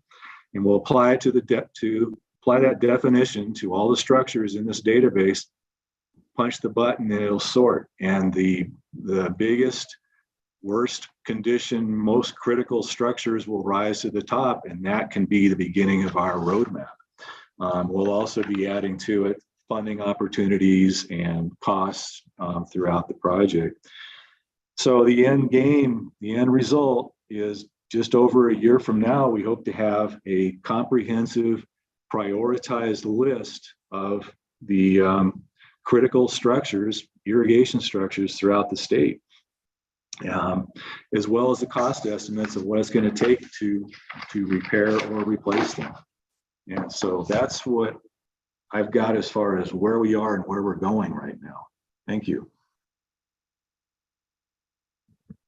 Thank you, sir. Very Yeah. thorough update. Chase, is there further information you'd like to present on this? Mr. Chairman, we are anticipating our first meeting to be somewhere early to mid-September. We're trying to work that out right now. Thank you. And so I guess how will individual commission members or senators and representatives in a particular area know when a meeting's going to be in their area? Mr. Chairman, Jay and I have discussed how we're going to try to and make sure that people know about it. It'll most likely come from an email invitation from me at a minimum. Thank you. Next.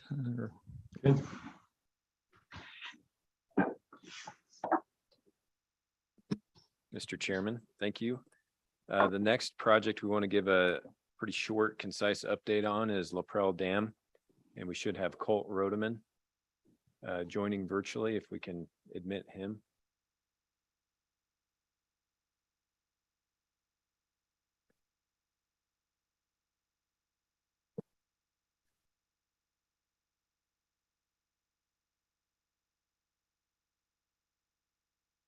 There we go. Okay, so Mr. Chairman, again, this will be very brief. Within the last year or so, Chase Tavelli here within our office and Colt Rodeman worked together to actually apply for NRCS watershed flood prevention and operations funding as another potential avenue to get started on the LaPrelle Dam situation. And they found out here recently that they were approved for that funding. And this would be for what they call a watershed plan environmental impact statement. So more or less what we all call NEPA. And they were awarded 1.39 million from NRCS. 1.25 of that would actually go to the district for the actual watershed plan. And the difference would be more for the administrative side for the NRCS themselves. The NRCS is a little unique with this program that if they anticipate the cost of the construction project being $25 million or more, they automatically have to complete an environmental impact statement. This is not the case for others. So at this point, I think the district and our office are very appreciative of the NRCS providing that funding and eager to get started. But at the same time, we're in constant contact with Bureau of Reclamation. And you recall the Infrastructure and Jobs Act and and the potential $100 million coming from reclamation.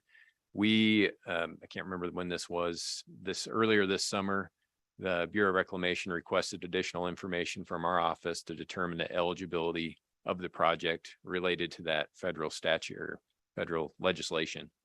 And we provided that. The Wyoming area office has reviewed that and feel like it's sufficient. They've now passed it on up the chain to DC for their approval. So everything's looking very favorable on the reclamation side of things. We won't have much for detail until we actually get a letter from the Bureau of Reclamation Commissioner to the governor of Wyoming. And last I heard is we're expecting that in September sometime. So we're kind of on a wait and see, because reclamation, and I think Lyle Myler provided some testimony to another committee for the Wyoming legislature, has stated, you know, they anticipate where they would start with this study would probably be an environmental assessment. And in talking with some of the Wyoming staff, they were able to complete or start working on some of the stuff at Bull Lake Dam, which has a spillway issue up there, through an environmental assessment. And that process took, I think what they told me was around 6 to 8 months to get through that NEPA process. And in talking with the NRCS, we've had a meeting, Chase and I were both involved in a meeting with LaPrelle Irrigation District and the NRCS when they came down and talked to those folks about this new funding that they were just awarded, that the watershed plan EIS would probably be 2.5 years to complete. And then at that point, they could request funding for design and possibly get started on design in 2025. So you can kind of see the potential difference there in timing of kind of, I guess, before we just jump off, or before the district, I think, jumps off and goes the NRCS route, maybe having a little bit of patience and seeing what the Bureau of Reclamation provides us. Again, we've talked with Reclamation to see, okay, if we're successful, if the district is successful in getting this funding and they're eligible and we know all the terms are favorable, what's the next step? And that is with the financial assistance agreement. And that's what provides the details and the schedules and the budgets to move forward. So I think they're on notice. We've gotten some preliminary information back. So they know the state of Wyoming's eager to get this problem solved, and much upfront we can do in anticipation of hopefully a favorable letter from the commissioner to Governor Gordon, that we'll have that and be ready to hit the ground running when we do get that information. So I just wanted to provide that short update, and I guess I'd ask Colt if he has anything to add to that. Not at this time, but I do want to thank the commission and Select Water Committee for all the work and all the funding that they've done to this point. Thank you guys very much. Thank you. Any questions on LaPrelle before we move on to the next update? Yeah, Mr. Chairman. LaPrelle was not originally a reclamation project, is that correct? Mr. Chairman, it was not built by the Bureau of Reclamation, but it was built through the CARE Act, which is what the legislation, the federal legislation through the Infrastructure and Jobs Act, I'm saying that correctly, right? It wasn't the PIL. And it requires it to be a CARE Act as well as a number of other things it has to meet. And that was some of the information that Reclamation requested of our office to provide to confirm that it was an eligible project. So it wasn't, the short answer is no, Reclamation did not build it themselves. So if Reclamation is to become involved and provide some funding, how does that change the management? From all indications we have, and we've asked those questions, it would not change the management. So the local district could still manage the system? Mr. Chairman, that's correct. Thank you. Are there further questions online or from the room? Yeah, Senator Boner. Thank you, Mr. Chairman. Yeah, if anybody's interested, we did have an update from the Bureau of Reclamation, our Select Federal Natural Resource Management Committee about a month ago. And so that's right at the beginning of the agenda. If anybody wants to go and look at the video of that, it was very informative and don't have much to add from Director Mead's testimony here. It is moving forward. And yes, there are going to be a bunch of NEPA requirements we're going to have to deal with, but that's part of dealing with those federal monies. But there's no additional federal strings attached above and beyond what would be customary for that sort of project. And so all the questions I had were answered between that committee meeting and this one. And I think it's just one of those instances where we have very good timing with that federal bill being passed that fits La Perrelle almost to a T. So I'm glad to see that we're moving forward, and it's good to have options with this very important project. Thank you, Senator Bonner. Other questions? Hearing none, move on to the next topic. Thank you, Mr. Chairman. The next update is on the Alkali Creek Reservoir design. And we should have John Joyce with the Norwood River Watershed Improvement District online, as well as Mark Donner and Derek Thompson with Tri-Hydro.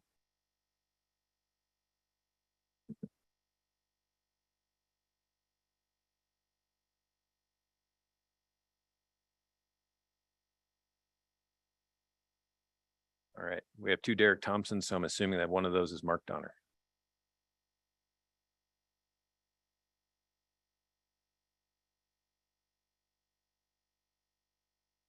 There we go. Okay, so Mr. Chairman, this one, very similar to Levitt Reservoir, but we're roughly a year behind where we have not bid this project out. We are in the design process. Tri-Hydro's the consultant completing the final designs.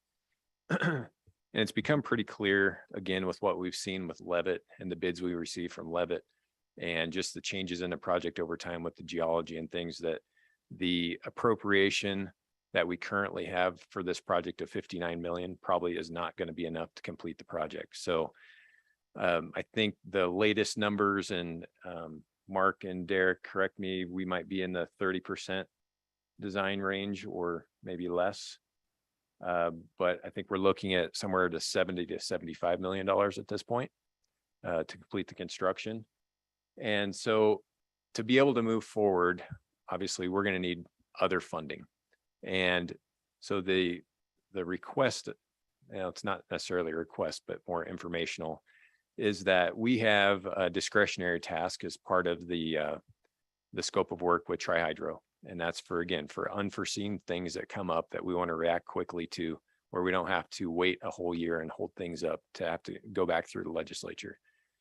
And in this particular case, we've had a number of things come up during the final design. A lot of them had to do with easements and land acquisitions. And I know Representative Paxton has heard some of this information. We've got new landowners that have moved into the area. We've been working on this project for a decade plus.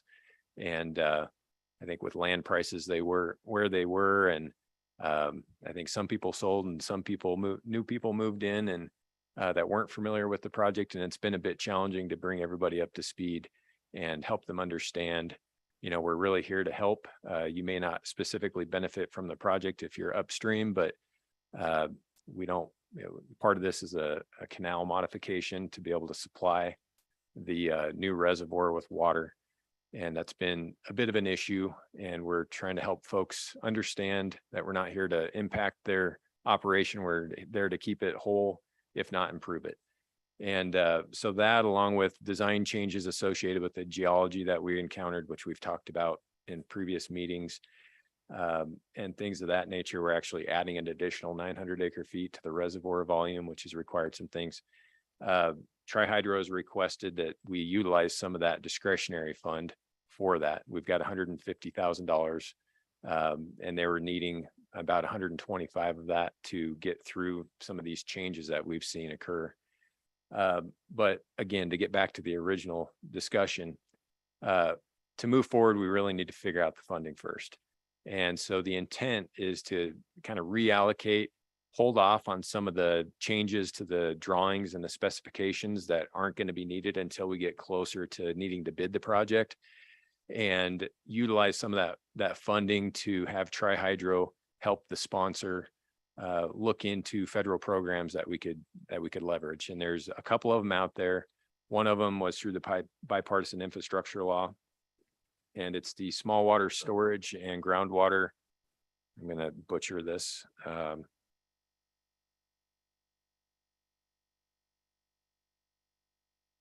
I'll just call it the small water storage program.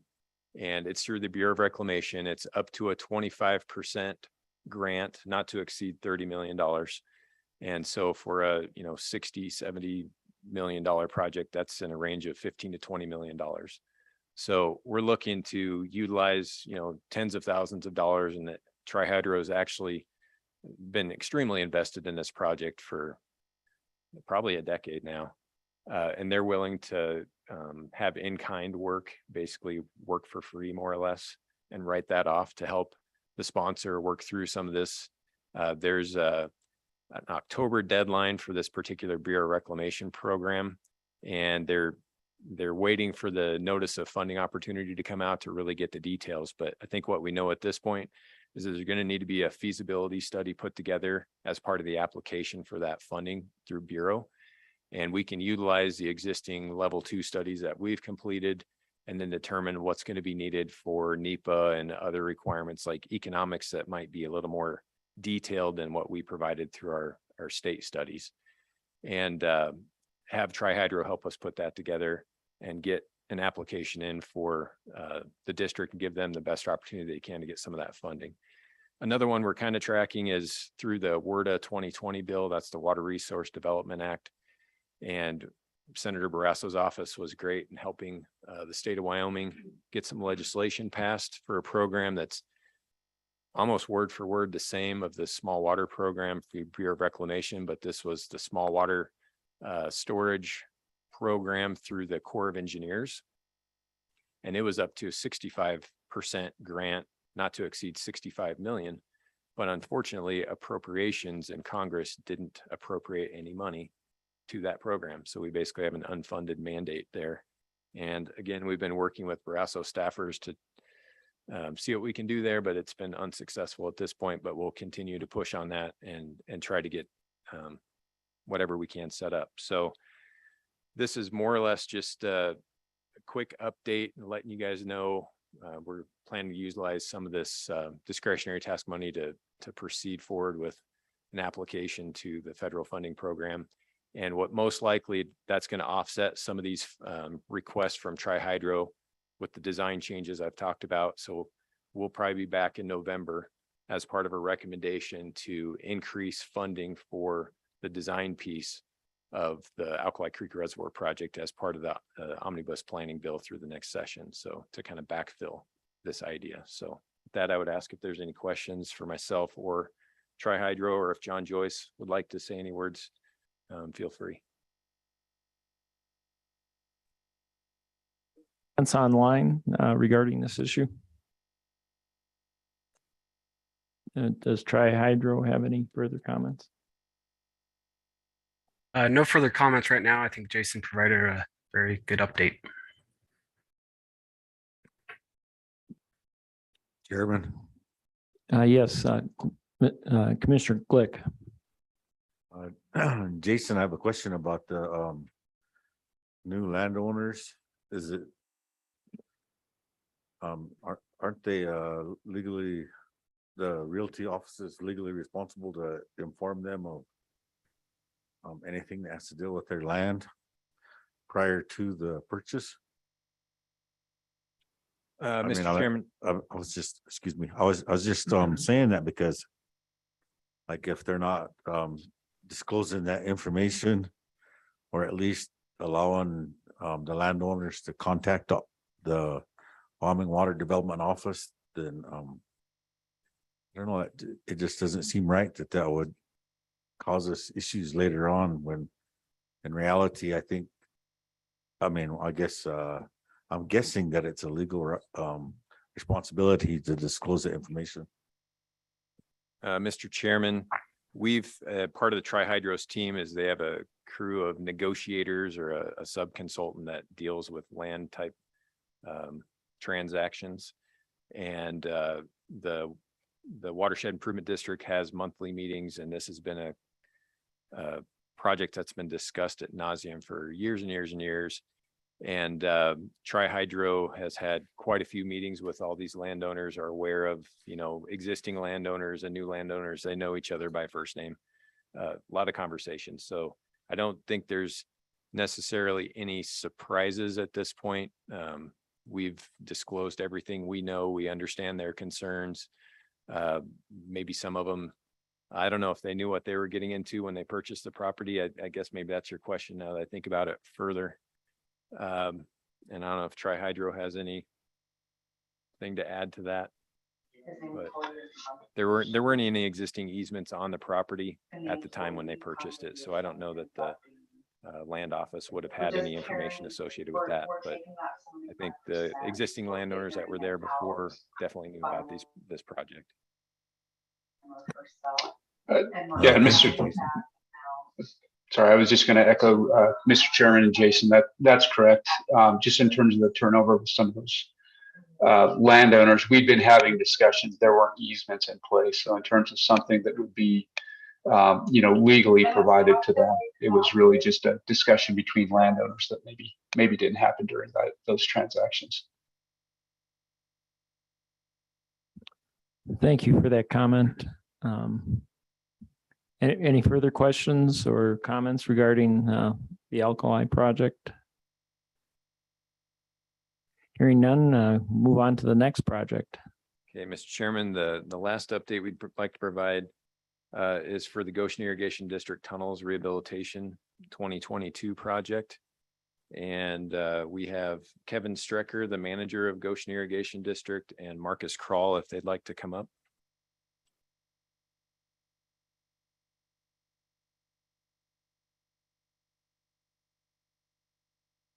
And I'll just kind of start out with a little introduction here.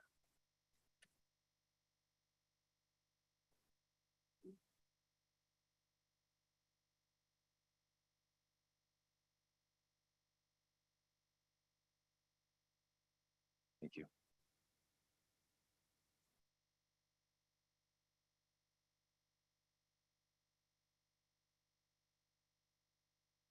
All right, so we received a letter from Goshen Irrigation District here earlier in August, and just with an explanation of what their request is. And this has been provided in the e-notebook. I don't know exactly which page. My eyes are getting back. Okay, 89 of the PDF. So I think it was back in February. Well, I'll step back here. So if you recall, there was a lot of discussion about this last November, and there was 2.35 million that was appropriated for the design and bidding more or less of the project. And then there was the other 21.81 million associated with the supplemental water bill, Senate File 82, which was more the construction piece. And at that point, I don't think much was known besides, I think the district was talking with I forget it, tunneling company, the Elon Musk crew that could come in and tunnel a 12-foot diameter tunnel. And he did 2 tunnels and all that stuff and the cost estimates associated with that. And HDR is their consulting firm that had just gotten on board last fall.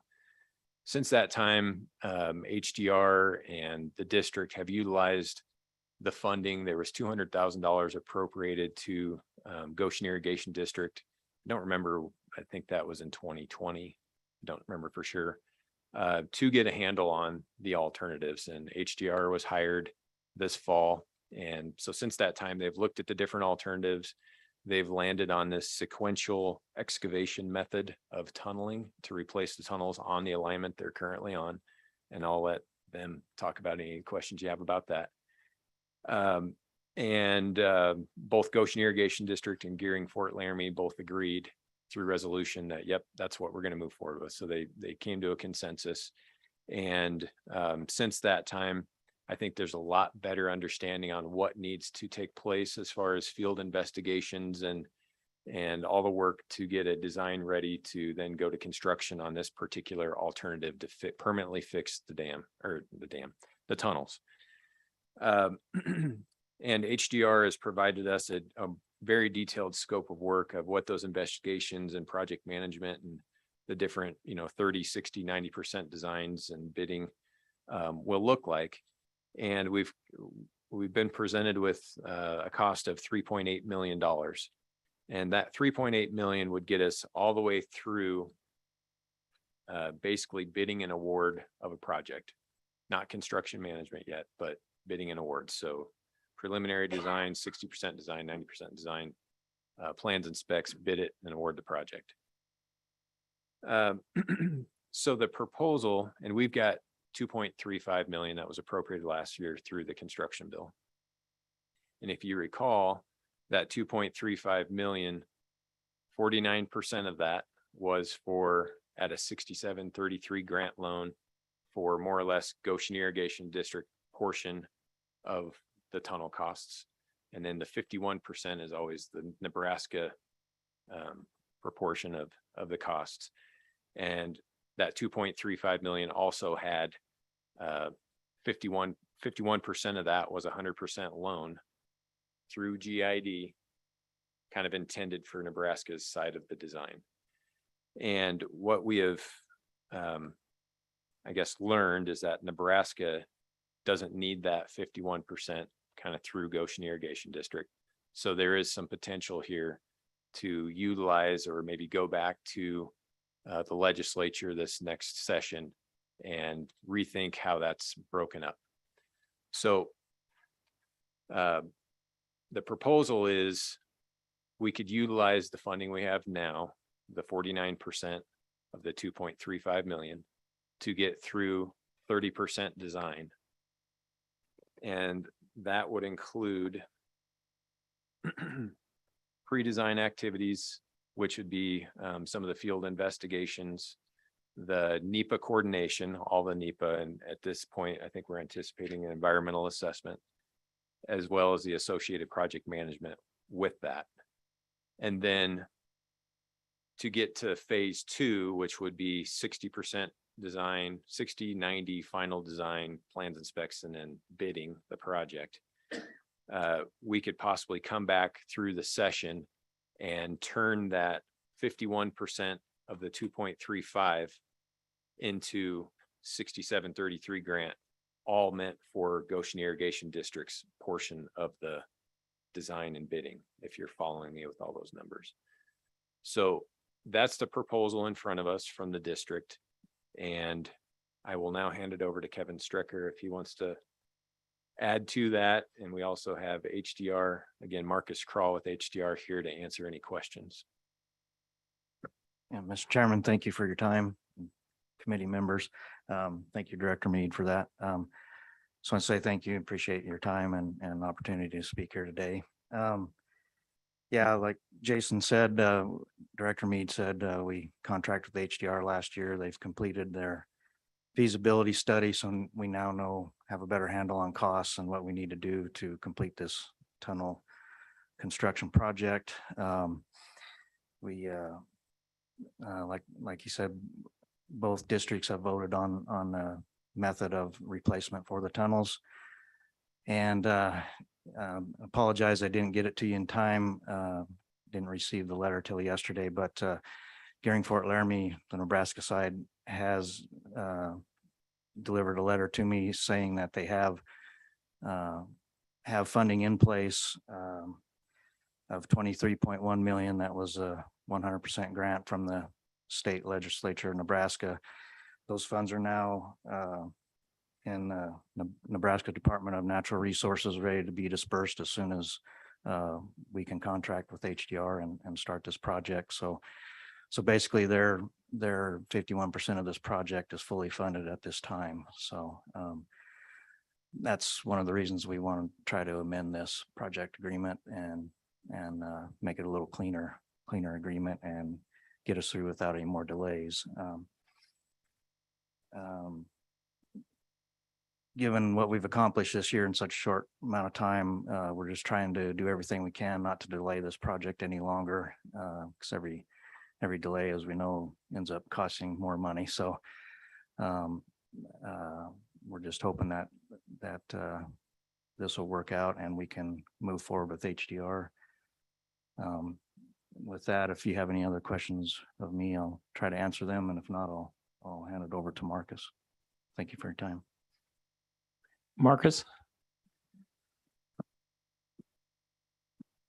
Mr. Chair, Marcus Kroll, HDR. Happy to be here. Thank you for the opportunity.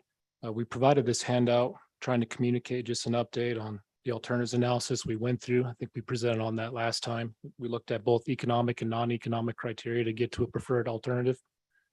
And so the scope of work would be complete replacement of both tunnels. We provide, excuse me, we've provided a high-level task summary here. And as Director Mead indicated, we went through a pretty detailed discussion last week down in the subtask level on all of those tasks. And so, yes, the request now is to allow the project final design and pre-design NEPA activities to begin in earnest. And just on the left-hand side is a timeline, some of the milestone dates that we've hit so far. Pretty pleased with the progress to date. And we'll just call attention to some of these dates that we're seeing looking forward into the future. And with that, I'll stand for any questions. Thank you. Are there any questions for Director Mead or the Goshen Irrigation District? Chairman Simpson? Gentlemen, I've got to tell you, this concerns me. This is a big issue to me. When you came to us a year ago, you established a design fee. We went to the legislature and we paid a lot of political collateral with our legislature to suggest that we should include Nebraska's half in, and that did not go over well, and we sold it and we were successful at it. And now to come back and suggest you need $1.45 million more for a design fee. I'm having a really hard time with this, because when we go back to the legislature and say, oh, by the way, we missed it by a massive amount, we need more free money for Goshen Irrigation District, it's not going to go well. So Director Mead, I don't know where we can go with this one. I think I understand your concept. Nebraska doesn't need the loan after all, so that money's in theory sitting there, and your concept is we can re-earmark it, bring it back around and give it to the irrigation district for the increased fees. Am I reading that right? But I just think this is a hard sell. I don't know what to do with it in the legislature. Mr. Chairman, I believe that's correct. What you're understanding from me. In a little bit of defense, I guess, is I know last fall, they did not have all their ducks in a row. I went back and listened to the the discussion back then too, because I was thinking the same thing. And since then, we've had a 3.5 hour meeting, I think it was, with Goshen Irrigation District and HDR. They've provided us a detailed scope of work for this, what they have in front of them now for this SEM method. And really peppered them with a lot of questions to help us understand, do we need all these different field investigations and things like that? And in the end, it seems reasonable what they're asking for. So I just don't feel like they probably had enough information at last fall. But at the same time, they were in a situation where they didn't want to wait another year to come in and ask for funding. So for what that's worth. But I do it's really what we're asking for, I think, is a scope clarification on the funding that we have. And that would be for the 6733 piece, which equated to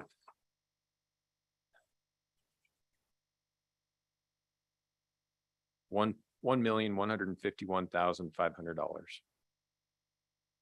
And if you look at what we're calling phase one on the handout, which would get us through 30% design, that would be currently estimated at $1,055,233. That's that phase one column to second column.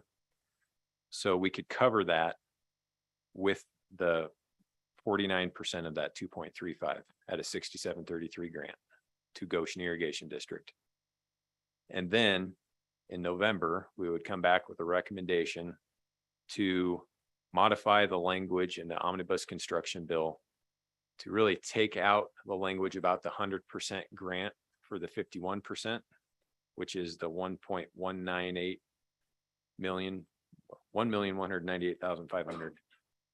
That's the remainder, the difference between the 2.35 and Wyoming or GID's 49%. So have a recommendation to remove that language and basically drop that into the 6733 lane.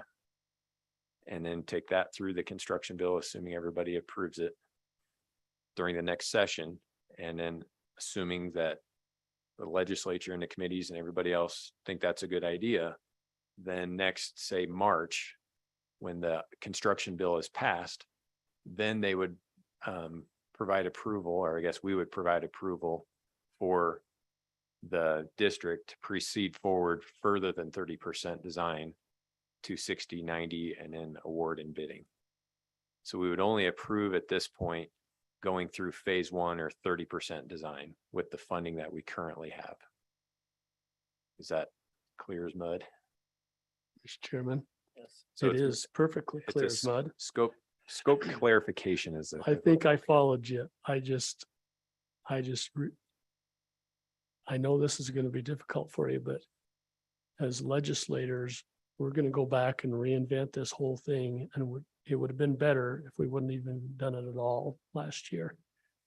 To go back and suggest that we need this much more money. And the whole thing with Nebraska didn't work out. They didn't need the money. I'm having a hard time with this one, folks. I don't know Chairman, what to do. One thing I would maybe ask Marcus to talk to would be if the decision was, we're not going to move forward until we take this back to the legislature for the full 2.35 and rethink this, what does that do to the schedule for design and then eventual construction? What is it now versus what it would be if we punted until next March to start design? Well, I can say with absolute certainty, we would lose another year. I'm not going to speculate on how much the cost could increase in that time. Clearly, we're in an inflationary market environment, so one could reasonably infer prices would go up. But with the site investigation work that we're programmed and have queued up to do now, a lot of those investigations have to be done in the dry. So there's a limited window of opportunity, which we'd be hitting nicely here in September, go into the tunnels and complete the end tunnel work. So that's really the critical path for us right now. Mr. Chairman, may I ask the consultant, what happened that you missed this estimate by 1.45 million? I realize you didn't have the final scope, but that is a major miss on your part. I understand the concern, Mr. Chair, through you. I think would just like to clarify, HDR came in from the cold in this process. We were requested to help Goshen with the level 3 application in late August last year, and we were happy to do that. But unfortunately, for this instance, we put the cart before the horse, so to speak. Water development has a very well-defined process where we study things. Typically, you do an alternatives analysis, get to preferred option, and then obviously move forward into level 3. But it was requested of us that we put that together, and we were happy to do it. I think there's a lot of urgency from many sides as to keeping this process moving, a recognition that the tunnels are in still a fragile condition. They only have temporary remedies in place now. So that was the request, and we did it, and the concept of work just changed through the options process. Mr. Chairman, further comments there? I don't know, folks. I'm interested in your feedback. You're the ones that are going to have to defend this. As you know, I'm not running for re-election, and so you're going to have to deal with this in the legislature next year. Can you defend this and win in the legislature with it? Senator Steinmetz, your comments? Thank you, Mr. Chairman. Well, fellow committee, I appreciate you looking at this request. And we know that as we move through a lot of these projects, we see inflationary pressures, not only in this, but in our state building department and many other places. So this is a little bit different because we're dealing with an emergency and none of it could have been planned, none of it could have been prevented, and thus the aging irrigation infrastructure. I guess my question would be to HDR and Jason Mead, what is the difference? I mean, we've approved this funding. So what is the difference in the dollar amount that the state will receive back in loan funds as opposed to the way the bill was currently drafted? We'll start there.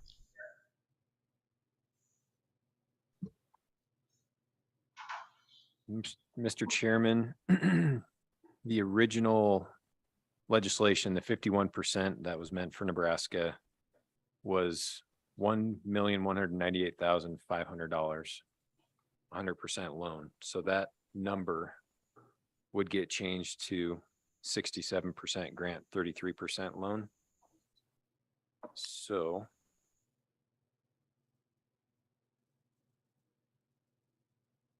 that loan would go from that number there in the bottom of the table. I think everybody's following here, the 2022 omnibus construction bill labeled column, that bottom number in that column.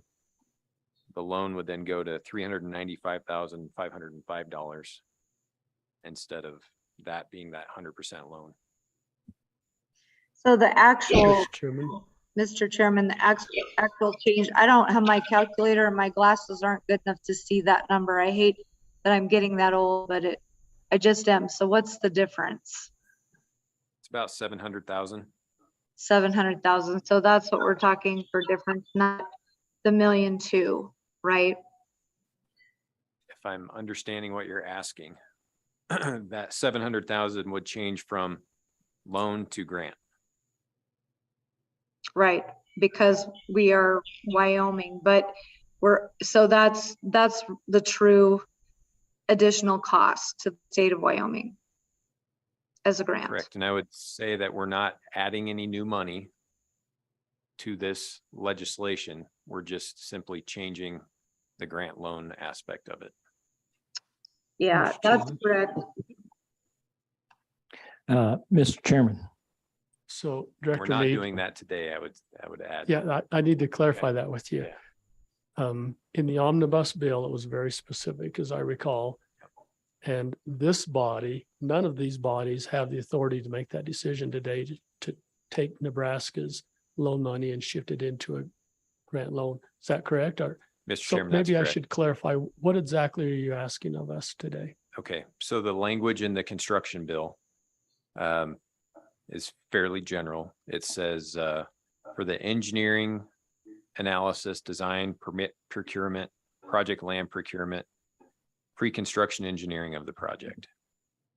So that was associated with that 2.35. So I feel like that is general enough language that would allow us to use so of the 2.35, 1,151,500 was in the form of a grant loan, 67.33%. And that was meant for the 49% of GID's obligation. Utilized, so nothing needs to change. We're within the existing statute language or the bill language. Utilize that funding to just get through 30% design.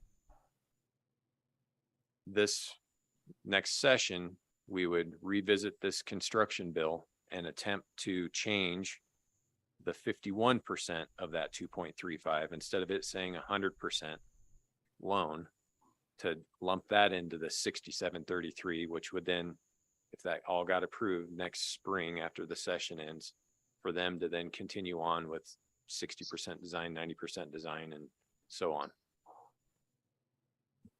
Mr. Chairman, so we're phasing the design basically. the first 30% of the design is going to have Nebraska money in it too? No. It's not. No, it would just be I thought out of that 49%. I thought that Nebraska said they didn't need the loan because they had other funding. So why isn't Nebraska kicking in their 51%. I see what you're saying. Mr. Chairman, that's correct. Nebraska would come up with their 51% of the 30% design. 30%. Okay, they are. And that's broken out in this table also. If I can find it here. Well, it's actually. Yeah, so at the bottom of phase one, that column labeled phase one, you see Wyoming's portion of and the actual estimate for phase one through 30% design is $2,069,085. Wyoming's portion of that would be the $1,013,851. Nebraska's would be the $1,055,000. So with Wyoming's portion being $1,013,000, it can be covered under the existing legislation, they're 49% of that 2.35. At the same time, Nebraska is going to be ponying up their 51% of every bill that GID sends them that they get from HDR. So the commission's only going to pay for 49% of that, each of those bills. Gotcha. So, Mr. Chairman, let me make sure I reiterate and I'll stop beating this horse. Okay, so you're asking permission to continue the design work utilizing GID's already allocated money. But what you're saying to us is a year from now, we're gonna have to revisit it because we're gonna have to kick in the rest of the money to finish the design. But we're not changing anything about that Nebraska loan thing. It just sits there and is not utilized until such time that we address it. It's going to sit there as it is until November. Well, we'll start the discussion in November, even though we're Okay. starting it now, as a recommendation to change that 100% loan piece to 6733 to become more of GID's money for phase two of the design, if you're Very following good. me. And then that'll go through the session, assuming everybody approves it, as part of an amendment to last year's construction bill. So the 2.35 million would end up being all 6733 grant. Very good. Does everyone understand that? Make sure you're clear on it because we're gonna have to vote here for a minute. So let me reiterate one more time. All the folks online, hopefully you're following along. So of the 2.35 that we already appropriated for the design work, 49% of that was Wyoming's contribution to the design. And we pitched it that that was the entire design fee. But now it's not enough. And so we're suggesting to you that we would approve you spending as much as we can to get us through 30% design. And then we're going to go back to the legislature, whether we mess with Nebraska's loan money or just throw that away and start reconstruct a second design fee will be how we work the legislation. Yeah, I think my suggestion would just be to try to amend last year's legislation. Because the you're not money's been adding set any new money, aside. the money's already appropriated for the project. You're just changing that 51% of that 2.35 to really be meant for GID instead of Nebraska to finish out the design. So, Nebraska or Wyoming's portion of the design. so Director, do you need any action from us at all today? Because you're just saying, we're just going to close our eyes and continue the process. And you're giving us a heads up that in a few months from now, you're going to have to come back for more money.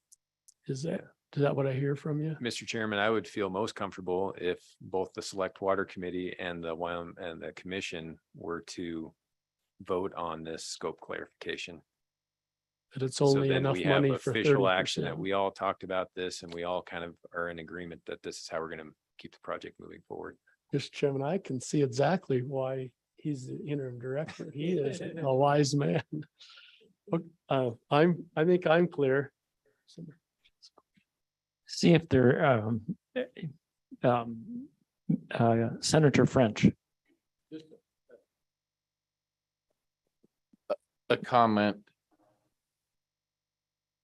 This needs to be done, as much as we may dislike the new figures possibly. As an irrigator in the northwest part of the state, water's everything to you, and God forbid we delay it another year for Goshen. and that temporary fixes in those tunnels, it collapses again and they're out again. It's going to be breaking a lot of people, businesses in town, up and down the valley, farmers, that it's not just farmers at stake here. There's local businesses in town, from insurance agents to clothing stores to restaurants, you name it, it's those communities, those ag irrigation district type communities like Powell, where up my way, they're dependent on these. So we may just have to, though we, Representative Simpson brings up a very good point. We're going to have to try to defend this somehow, but to me, this is crucial that we not delay another year. That's just my comments. Everybody's in a tough situation. Goshen's in a tough situation. What was it? The canal that just, what was it? Pathfinder Irrigation just lost another one down that valley, for temporarily. So, you can't be without water when it's 100 degrees and the wind's blowing 30 miles an hour for very long, or you're broke. So that's just my comments. It's kind of a tough deal, but I think we need to continue onward. Mr. Chairman, Yes, Commissioner Suker. I also have a comment about this. I think, and I have a couple of questions that go along with it too. How much did Goshen County spend in that emergency spill? What was the dollar amount? Mr. Chairman, you're asking about the temporary fix? Temporary fix. Mr. Chairman, I think, I don't have the exact numbers on hand, but Approximately. yeah, approximately, we were awarded a grant loan from the Bureau when the collapse happened of $4 million. So we have since we expended that and paid that back. I'm talking total project, us and Nebraska, as far as total money. And I'm not sure offhand, it was probably closer to 5 million by the time it was all done with Completed. everything. And we've done some other small modifications since then to try to get more water through the tunnels. With that said, we're living here with the risk that that could happen again. Yes. It costs an awful lot more than us fixing that tunnel today. That's my opinion. Because that is a temporary fix. You get another flood, probably, and that's probably what caused the original one. Have you taken any guarding, or was any of that taken into any respect that a flood like the same one could happen again? Yes, Mr. In your Chairman. fix? Yes, that will be part of the new design. It will be the new one, but you're yeah. sitting there without that today. Correct. Well, we have spillways in place and some guards against extra water coming to the tunnels, but at the time of the collapse, it just wasn't enough to save it, of course, because it just created a dam, so it couldn't get rid of all the water. But we do have a spillway in front of the. You have a that tunnel, spillway, yes. but the tunnel is in a critical condition yet. Yes, and I guess I'd add too that since the collapse and the temporary repairs, the way the temporary repairs were designed, we don't have, we can't run the canal at capacity. So we're at reduced capacity still to this day, which is also, I don't have a dollar amount, but of course, like say when it's 100 degrees out and you can't run as much water as you used to, it's going to affect your profitability and your yields of your crops. So I think really that we should go forward with expenditures here that we're talking about today, even if they're just numbers that we move around to make it work. I think it's got to be fixed. That's my opinion. It's not going to go away if we leave it, correct? And the money still sometime has to be spent to do it, right? Yes, Commissioner, Okay. we have to fix this regardless. I mean. That's right. So It's it's, not gonna go away and it's not gonna get cheaper. Yeah. That's my two comments. So anyway, with that, I say yes, I'm agreement, but thank you for the additional information that goes along with the fix and the monies previously spent. Thank you. Thank you. Thank you. There was one more question from Senator Steinmetz. Thank you, Mr. Chairman. More of a comment than a question, and that's just that, for example, we did have the Pathfinder Canal breach happen just recently as well.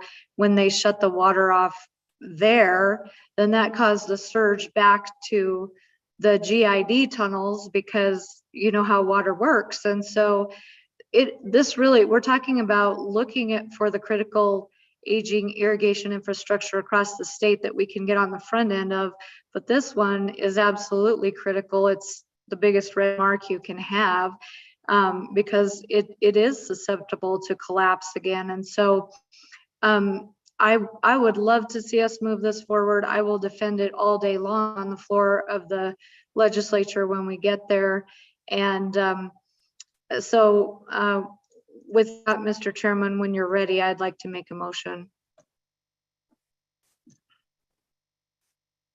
Thank you, Senator Steinmetz. Okay, I have an Representative Banks. Just a quick question. I also agree it's pretty integral, but what happens if we're not able to defend this in-house?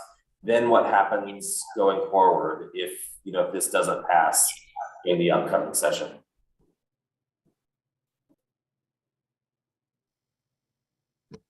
Mr. Chairman, I suppose the Goshen Irrigation District would be responsible for completing the design on their own dime.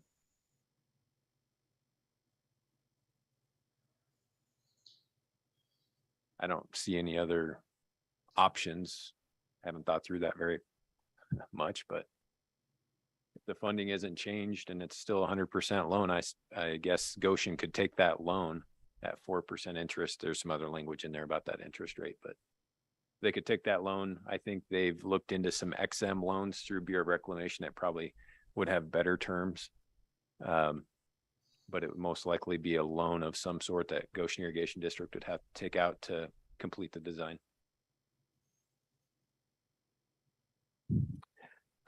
Thank you, Representative Banks. I saw Representative Eklund had his hand up. And then we'll move to Commissioner Little, but Representative Eklund first. Mr. Chairman, can you hear me okay? Can you hear me? Speak okay? up a little bit more. All right, I'll move closer here. I think, can you hear me yet? Yes, loud and clear. Okay.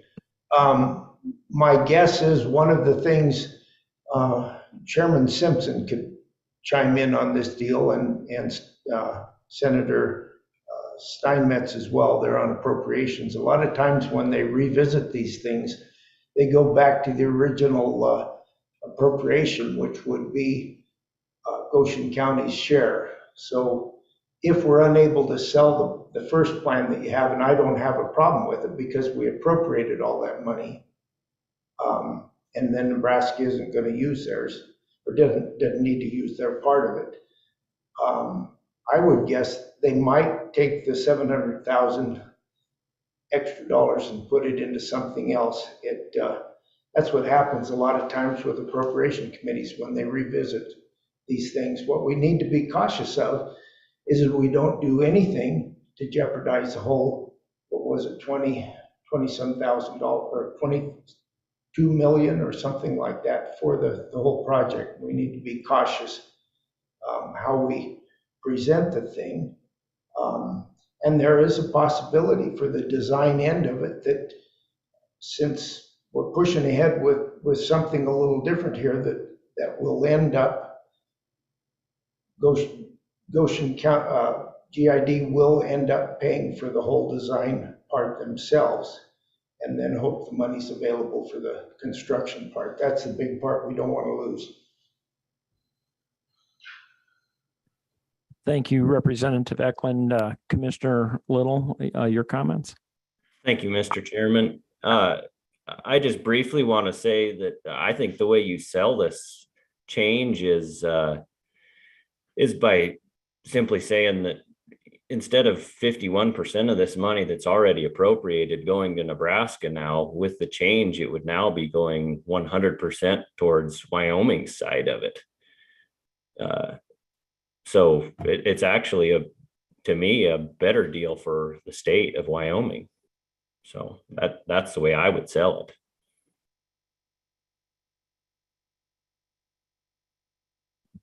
it. Thank you, Commissioner Little. Senator Steinmetz, do you have a motion? Mr. Chairman, I would move that we approve the expenditure of up to 30% of the design process to keep for the appropriation to keep this design process moving for GID. Chairman, Senator, the money is already set aside for 30%. So if I can tweak your motion a little bit. Please do. The motion that I think the director is looking for is permission to proceed with up to 30% of the design using the existing appropriated money already, with the understanding that this fall and this winter, we will need additional funds to further that design. If that's better for you, that's fine to add that to my motion. It's a friendly amendment. Director Mead, is that phrased appropriately for you? Mr. Chairman, would you like to repeat that one more time? I would be I think you glad to get the- put words in Senator Steinmetz's mouth. I think the gist of it's there. I think we're all know the intent. I think everyone agrees that this project has to go forward and we don't want to hang them out. We don't want to delay it a year. And so your request is to use the existing appropriated money, which is not enough, but to progress the design up to 30%. And it's for us to sanction you proceeding with that, recognizing that you're going to be asking for more money here in the next few months to supplement that for design. Mr. Chairman, the only way I would tweak that would be, we're not asking for more money. We're just going to amend the existing legislation to change money that says 100% loan to 6733 grant, to then next spring move forward at beyond 30% design. Okay, and I'm sorry, everyone. This is a big deal, so I want to make sure that we're clear on it. When you say tweaking the legislation, we're not touching Nebraska's part of the existing appropriation today. Is all you're asking for permission is, can we use the money we set aside for GID to proceed, recognizing that it's only going to be a 30% complete design and not 100%. We're going to deal with the Nebraska side and the extra money in November and December, right? Mr. Chairman, Today, that was well said. I like that. is that all right? Yeah. Does everyone understand? Senator Steinmetz, that was your motion. Are you in So agreement moved. with that cause? So moved. Thank you, Mr. Chairman, for bailing me For out. legislators, do we have a second on the motion? Mr. Chairman? It's Abigail. Yes. Abigail. I would recommend making this a recommendation to the commission. Since the Select Water thank Committee you, cannot Abigail. actually approve or disapprove of what they're I doing. beg your pardon. That was my mistake. Is all we can do is recommend to the commission. You're going to vote next on this so it's on paper for Director Mead to proceed this way. So thank you, Abigail. This is a motion to recommend an approved process for the director to proceed. Does anyone have any questions before we vote? Okay, all those in favor, please raise your hand. All those opposed? Very good.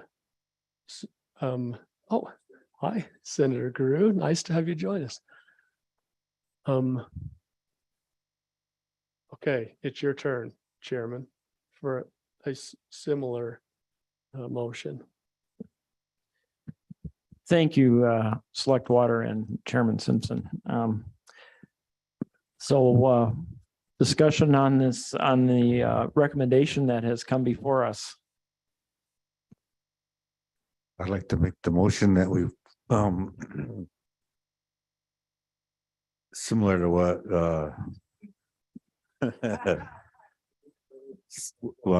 Yeah, there. Chairman Simpson stated.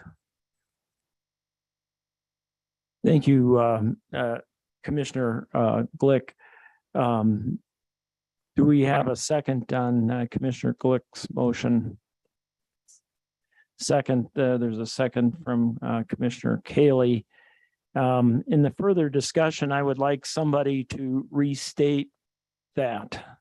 And that could come from the Senate side, just to restate what we're about to vote on, just to be clear.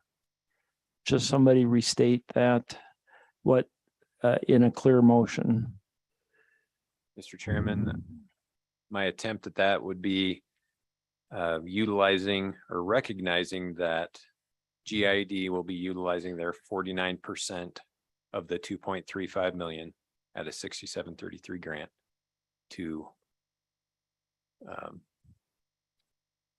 only get through 30% design. It's not very well said, but that's sufficient from my perspective. How about the other commission members? I agree. Mr. Chairman, I might not use the word only get through 30%. I might take the word only out. To complete. Otherwise, I think that's acceptable to me. To complete 30% of the design project, of the design of the project. All those in favor, say aye. Aye. Aye. All those opposed, same sign. Motion passes. Mr. Chairman, Yes. may I make one final comment on this before we go through? Director Mead, I expect your staff to work closely with the consultant and scrutinize this 1.45 number. That was a bust on your part, even though we recognize that you were asked to do preliminary numbers, but we need this number as tight as can be so we can get it through the legislature this year. Thank you. Mr. Chairman, Yes. just a quick request. State Engineer Brandon Gebhardt and I believe Chris Brown from the AG's office are available right now. They're headed to another meeting. If we could just slide in the SEO update real quick. Otherwise, we may not get it. Yes. Is that okay? So Abigail, there we go. Brandon, and I believe Chris is probably sitting next to him. So. Thank you all. Chris stepped into our other meeting in my absence, so you're just stuck with me. Good afternoon, Mr. Chairman, members of the commission and members of Select Water Committee. Thank you for adjusting your schedules to fit me in. I really appreciate it. And I'll try to give you a brief update on some of the things you may be hearing about in the press right now. Things are pretty slow over here, not much going on. So that's really my update. Any questions? And I'm joking. There's a lot going on, and I think you probably all heard or are seeing things going on in the Colorado River. So I'll focus my update on what's going on with the Colorado River and how it pertains to Wyoming. So I'll first update on the Bureau of Reclamation on June 14th, requested the basin states of the Colorado River to work together to conserve between 2 and 4 million acre foot of use for this upcoming year. She gave the states 60 days to come up with proposals, and I'll update on where we are with those proposals. you may know that the upper basin states, which include Wyoming, Colorado, Utah, and New Mexico, came up with a proposal that was a 5-point plan and presented that to the Bureau of Reclamation on July 18th. That 5-point plan contained the reauthorization of a system conservation pilot project. That would be a voluntary and compensated program that water users could enroll in and participate to conserve water. The second component of the 5-point plan was a commitment to developing an early development of the 2023 Drought Response Operation Plan. This would be the 2023 plan, and that looks at additional releases out of Flaming Gorge Reservoir. The third component of that 5-point plan was to further consider Upper Basin Demand Management Plan and continue the investigations necessary to establish that demand management plan.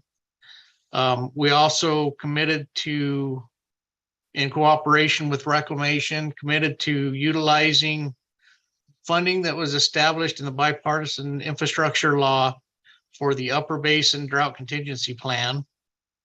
And then finally, the last point of our 5-point plan was to continue our aggressive water management and administration. That's really the intrastate regulation that we do every year. So that was our 5-point plan that we presented on July 18th. As we continued through that, we worked with the lower basin states, which include Nevada, Arizona, and California. We've gotten to the deadline of August 15th to provide our proposals to Reclamation. We went in with our 5-point plan, and the lower basin failed to come to a consensus plan. Each of the states had their individual proposals, but they could not come to a consensus plan as a lower basin. And so their plan failed.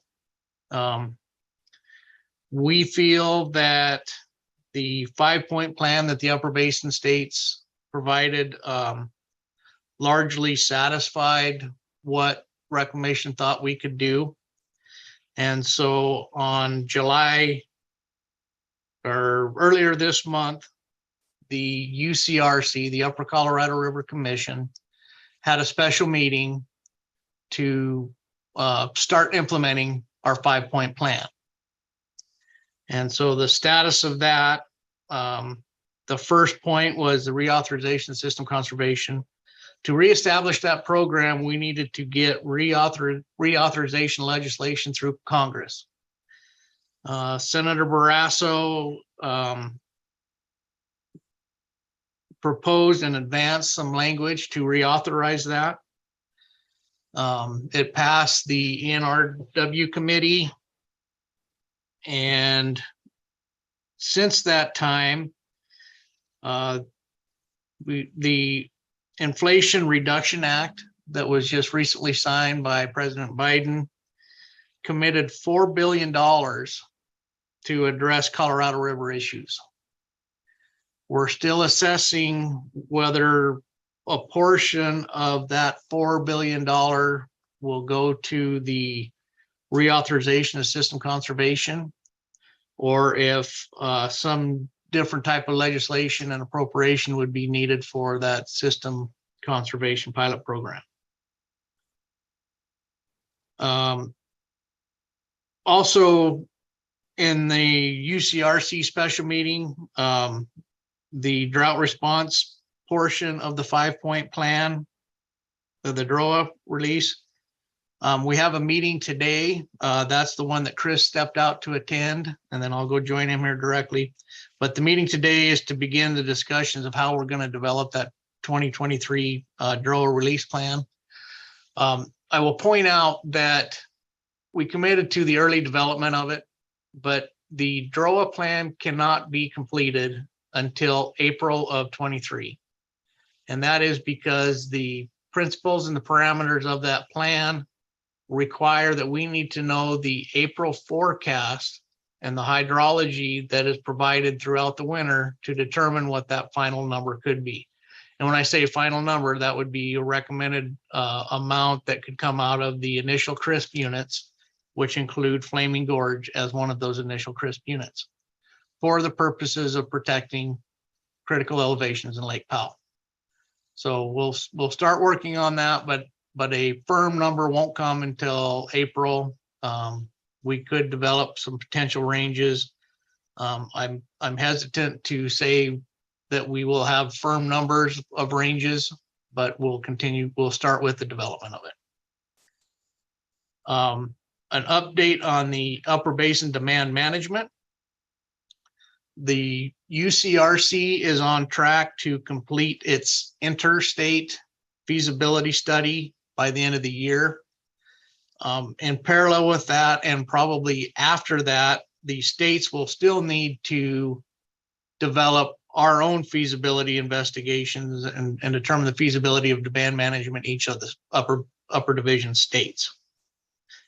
I'll point out that the University of Wyoming recently published a report regarding the Wyoming stakeholder outreach process, and that is available on their website.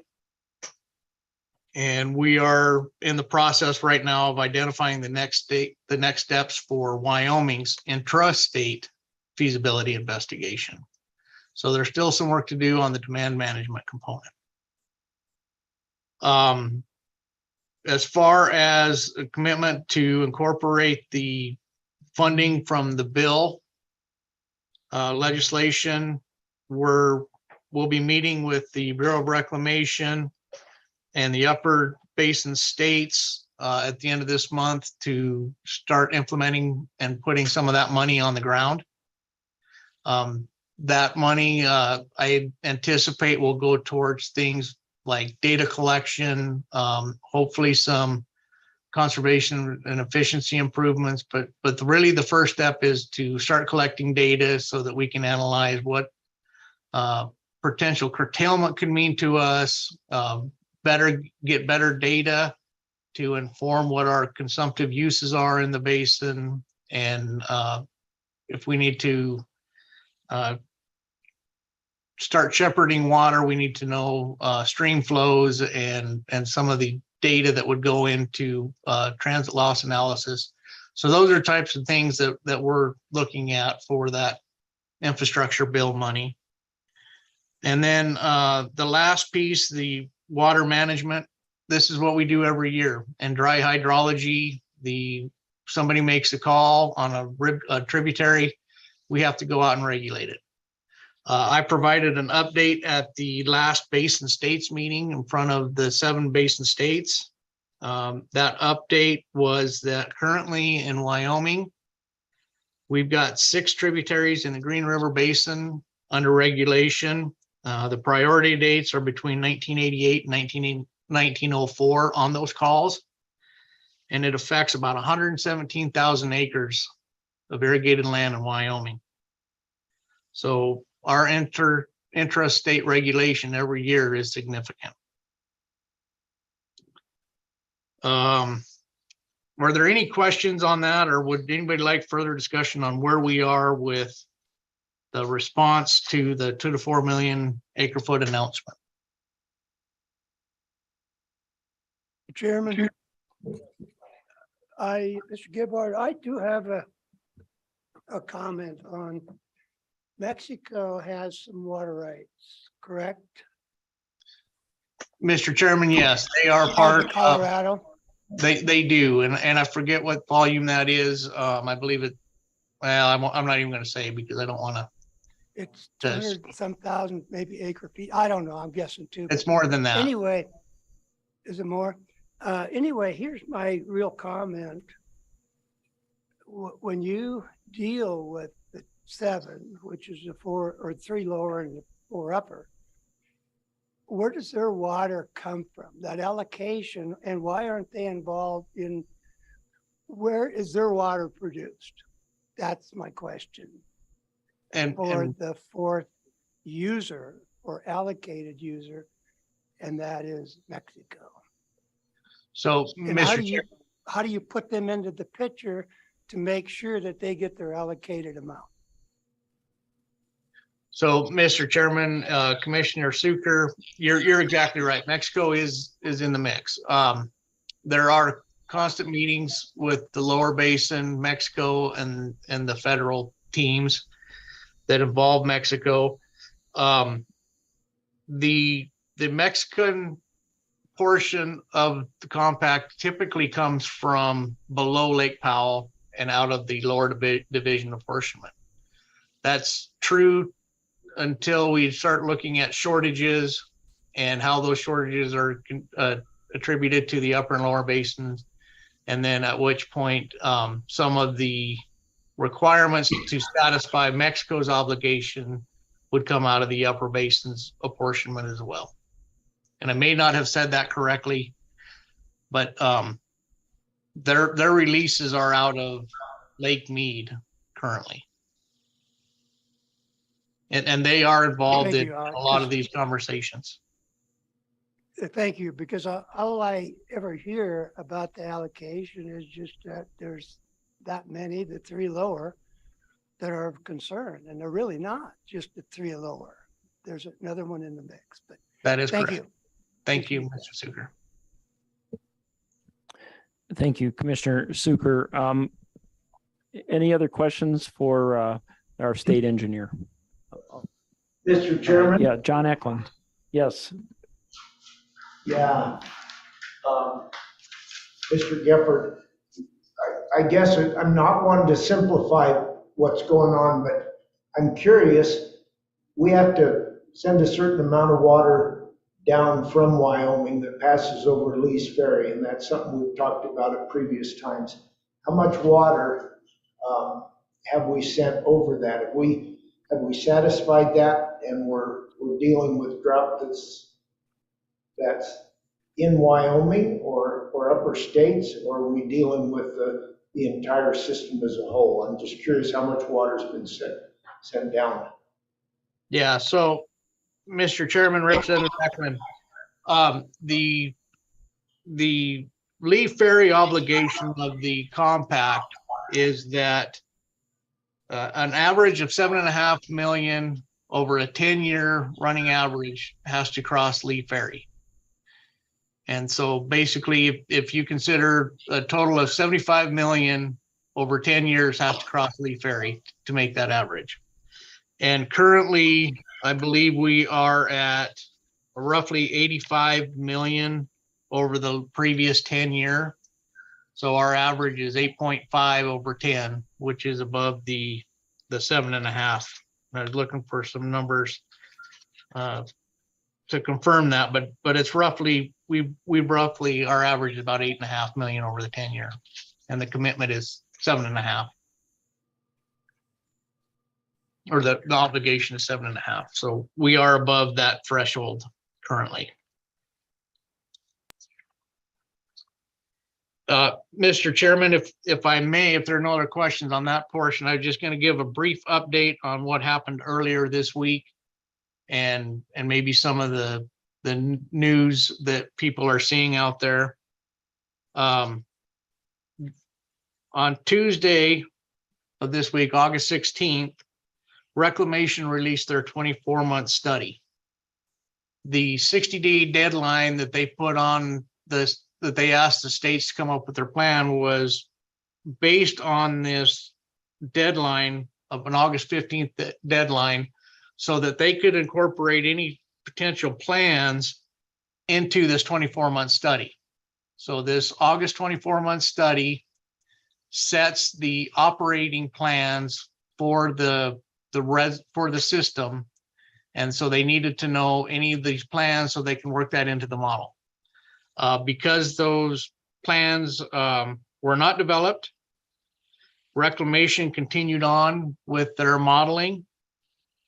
And there was also a press release associated with the release of the modeling. And it basically informed everybody that the operating plan would continue. And for Lake Powell, what it means is that the projected elevation for January of 2023, the projected elevation of Lake Powell would be 33,521, which means it'll operate in a low balancing tier for water year 2023. So we're going to start out with a likely release of 7 million acre feet out of Powell. And then in April, that will be reassessed based on the hydrologic conditions. And they will implement the 07 guidelines to limit releases to keep the elevation at or above 3525 by the end of the year. The 5-year average natural flow at Lee Ferry from 2018 to 2022 is only 10.5 million. Any average natural flow at Lee Ferry below 12 million acre foot puts the upper basin uses at risk, including those in Wyoming. That gets back to the 75/10. The study release also predicts that Lake Mead will operate in its first ever level 2A shortage condition. And essentially what that means is that there are shortage reductions in the lower basin. And that means that Arizona will be reduced by 592,000 acre foot, or about 21% of its apportionment. Nevada's use will be reduced by 25,000 acre feet, or 8% of its annual apportionment.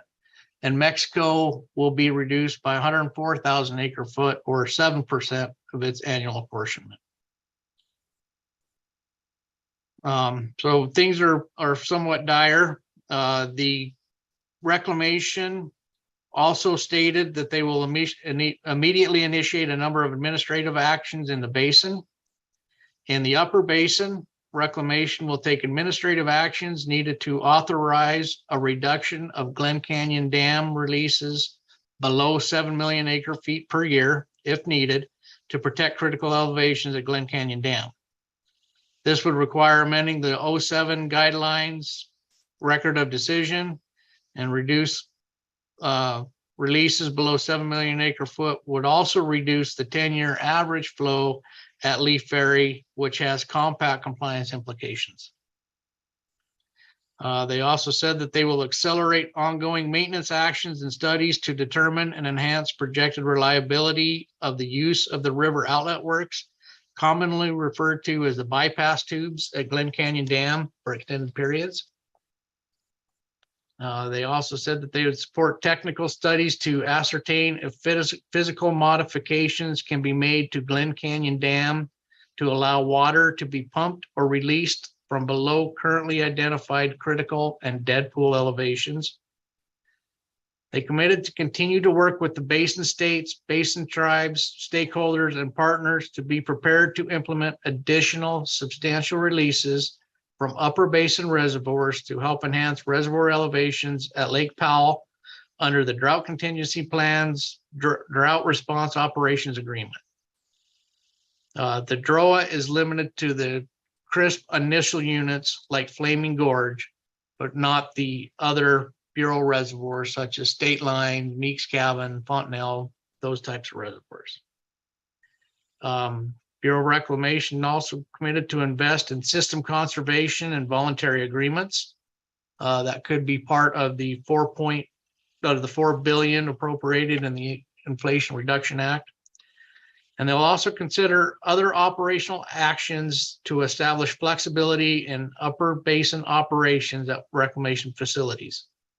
This could potentially mean amending existing records of decisions like the one which dictates operations at Flaming Gorge to allow for more flexibility in releasing that water than currently exists. Some of the actions that they anticipate in the lower basin: reclamation will take administrative actions needed to further define reservoir operations at Lake Mead including shortage operations at elevations below 1,025 feet to reduce the risk of Lake Mead declining to critically low elevations. This would require the 07 interim guidelines, amending the 07 guidelines record of decision. They will prioritize and prepare additional administrative initiatives that would ensure maximum efficient and beneficial use of urban agriculture water and address evaporation, seepage, and other losses in the lower basin. This could potentially require asking the U.S. Supreme Court to amend the 1964 Arizona v. California decree or seeking new federal legislation.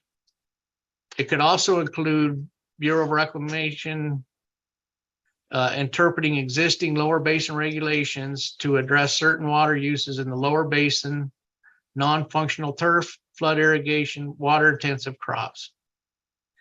They've also committed to support technical studies to ascertain if physical modifications can be made to Hoover Dam to allow water to be pumped or released at elevations below currently identified dead pool elevations. They've committed to invest in system conservation voluntary agreements. Again, this could be part of the $4 billion in the Inflation Reduction Act. And then they've considered other operational actions to establish flexibility in the lower basin operations at reclamation facilities. That was a lot said. A lot of it was straight out of the press release issued by Reclamation. Are there any questions to that? And Chris Brown has rejoined me, so he may be able to help with questions as well.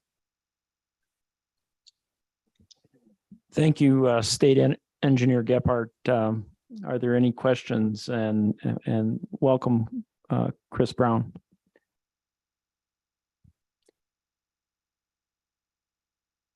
No further questions? Thank you for your very detailed report. We appreciate it, State Engineer Gephardt. And Mr. Chairman, I would just offer, I know things are very complex and moving very fast.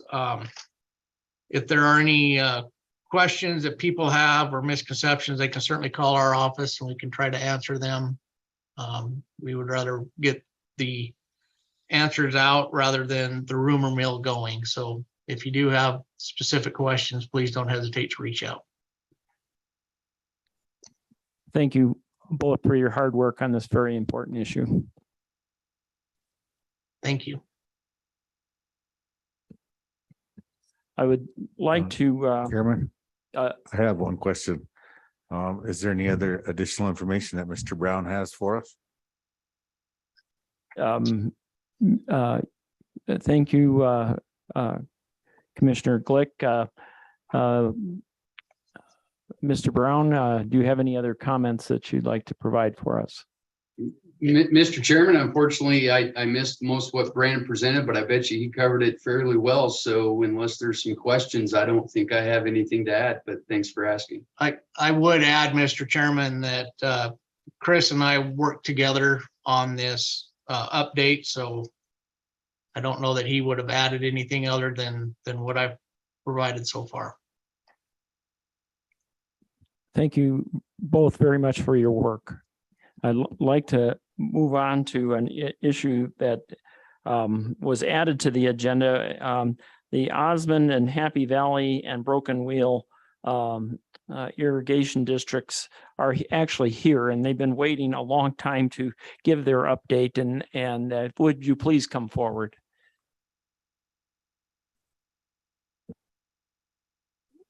Melissa, we'll have you go first.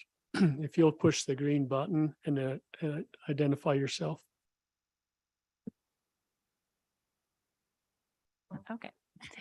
Okay. I'm Melissa Cranny. I'm a board member on the Happy Valley Water Improvement and Service District. Thank you for taking a few minutes to listen to our update. A few years ago, you guys, the Wyoming Water Development Commission sponsored a study, and we're grateful for that. Because of that, it's been a catalyst for us getting a funding to drill a well with the exploratory well grant, and also a catalyst for regionalizing our water system with the surrounding system. And I feel like it's positive to move forward, and I think it's going to bless so many people in our community here in Osmond. And just mainly wanted to thank you. Wondered if you guys had any questions about where things are with the process. Are there any questions for the Happy Valley, Osmond, Broken Wheel districts? Go. Oh, okay. Mr. Yeah, Chairman, love we'll, the name Happy Valley. tomorrow, Or Broken folks, Wheel. tomorrow, folks, we'll tour the Osmond Happy Valley. And Melissa brings really, she didn't hype it enough, though. So remember that we asked Osmond to be part of that regional study, and it was completed, and the Osmond people have decided to annex in to their existing district. That's good. And they went out and signed 100%. Every single property owner voted to join into that district. And so they are really a great success story of regionalizing and making the best of one community. Thanks, Melissa. Yes, and thank you so much, Chairman and Commissioners, for letting me speak. Just wanted to ditto what Melissa said, in that we were so happy to get our Broken Wheel grant. We're also very, very small. And thanks to, shall I say chairman or representative? Anyway, thank you, Evan, for all the work that you did for us, even before we got the grant. He was working hard to figure out what was wrong with our well and got us into getting a grant. That was 8.5 years ago, and we're still going. And everybody has been so helpful. We've had to jump through a lot of hoops. We had to make one extension. And unfortunately, we're going to have to make another 2-year extension, which will bring us up to 10 years. Maybe by 10 years we'll be complete.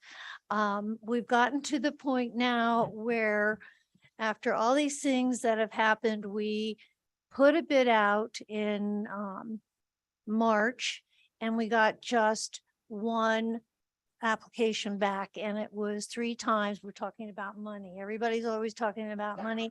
It was 3 times more than what was estimated, so it had to be tossed out.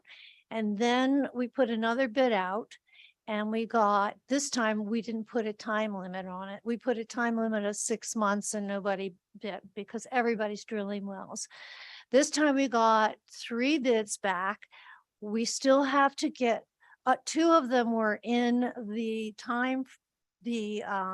money amount, which was great, but we didn't get all the information. So we're waiting for the information to come back. When the information that is needed for you all, then we will send it to our engineer. And Ben Jordan was such a good engineer. I'm going to miss him. I don't know who is Levi. Somebody is supposed to be our project engineer for that. Anyway, send it to him, and then he will suggest which ones, and then we'll get it back. And this is going to take probably another few months. I don't know. And then we'll be able to get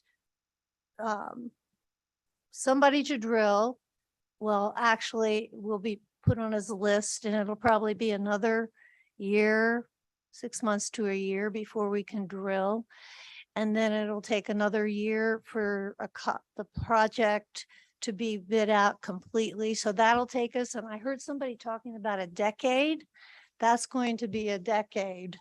In the meantime, we are in what this commission has done for us was we when we were level 1.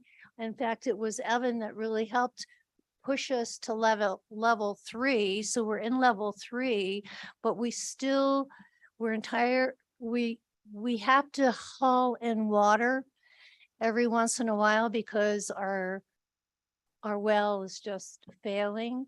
And so hopefully through all these hoops, by maybe in a few weeks, we'll be able to at least get on the list. And by the way, you all let us, in the grant, it said that you had to do a test well, and then you had to go back and you had to resubmit.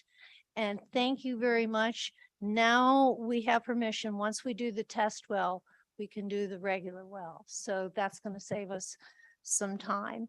But I just wanted to say, you know, coming from Maryland, we didn't have any kind of water commission at all. We had to do everything on our own, and Wyoming has been so wonderful, so blessed to have everybody working hard to get people water. And I thank you very much for that. So anyway, and we're going to do the 2-year extension. Now, here's the good news. And I wish that Sol were here. I'm going to have a meeting with him tomorrow. He's our project manager, Sol Rich, and he's been very nice. When we go to get the extension, we need to ask, of course, everybody's talking about more money. We need to ask for $300,000 more. But thanks to Evan suggesting that we do ARPA, we put in our ARPA bid. It was supposed to be in on Friday. We got it in on Friday. And if the ARPA bid, if they give us money, then we're not going to ask you for any more money. We'll use our ARPA money. So there you go. But thank you very much for your time. Any questions? Happy Valley. I like that. Thank you both for your hard work, and we greatly appreciate it. Thank you. And merging these districts should get a governor's award. I mean, that is truly a feat. Okay, thank you very much. Thank you. Chairman, I would like to know how you got 100% signatures.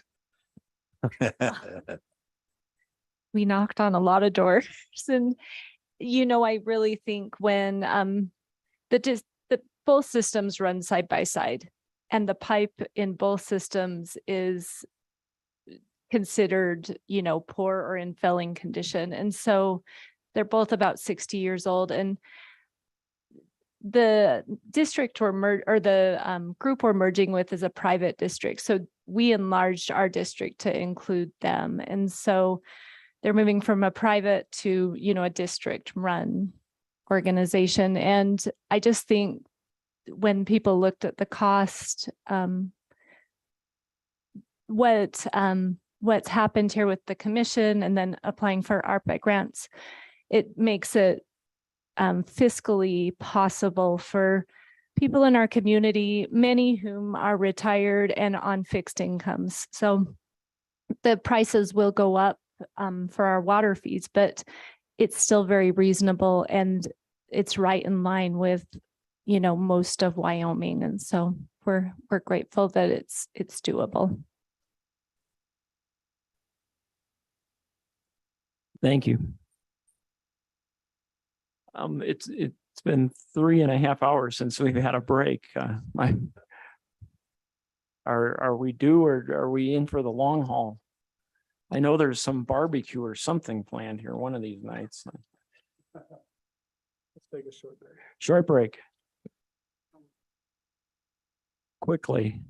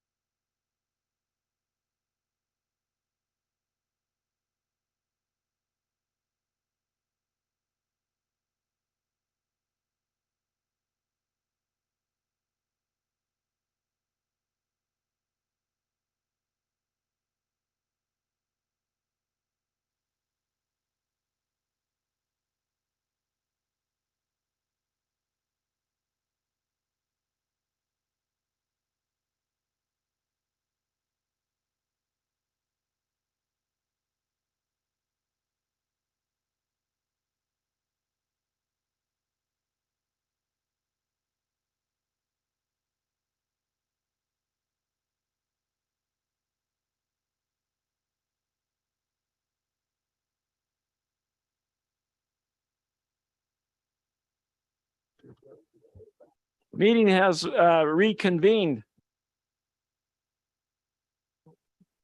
We need to move on to the construction closeout memos.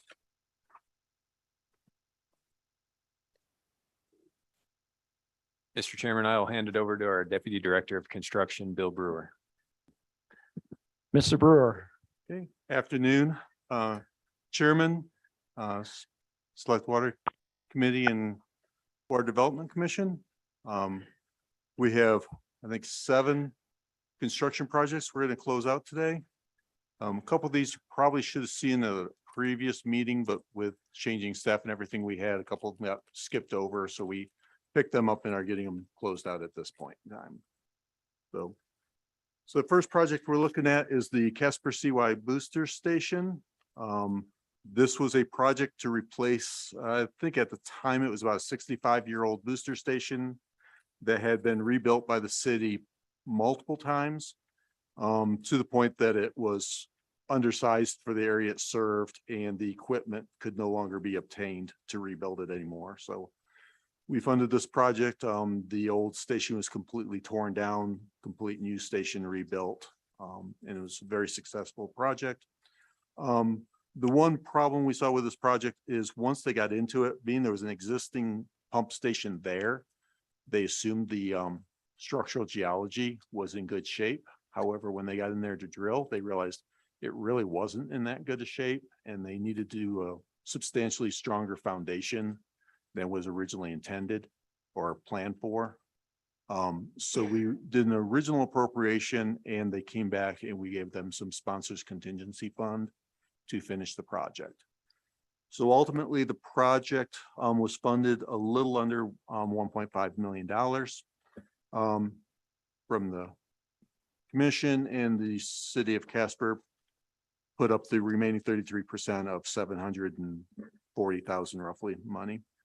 CEPI completed the engineering work for about $180,000.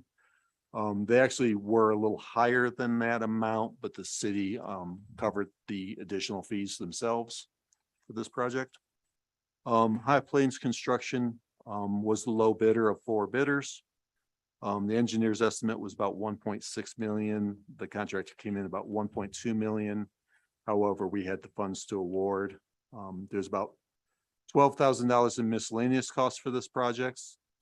So in the end, the total project costs about $2.1 million. And we'll be reverting a little under $80,000. And because we spend the account 2 money first and then the contingency fund secondly, that $80,000 will be returned to the sponsors contingency fund in case anybody else needs it. Any questions on that project? Okay.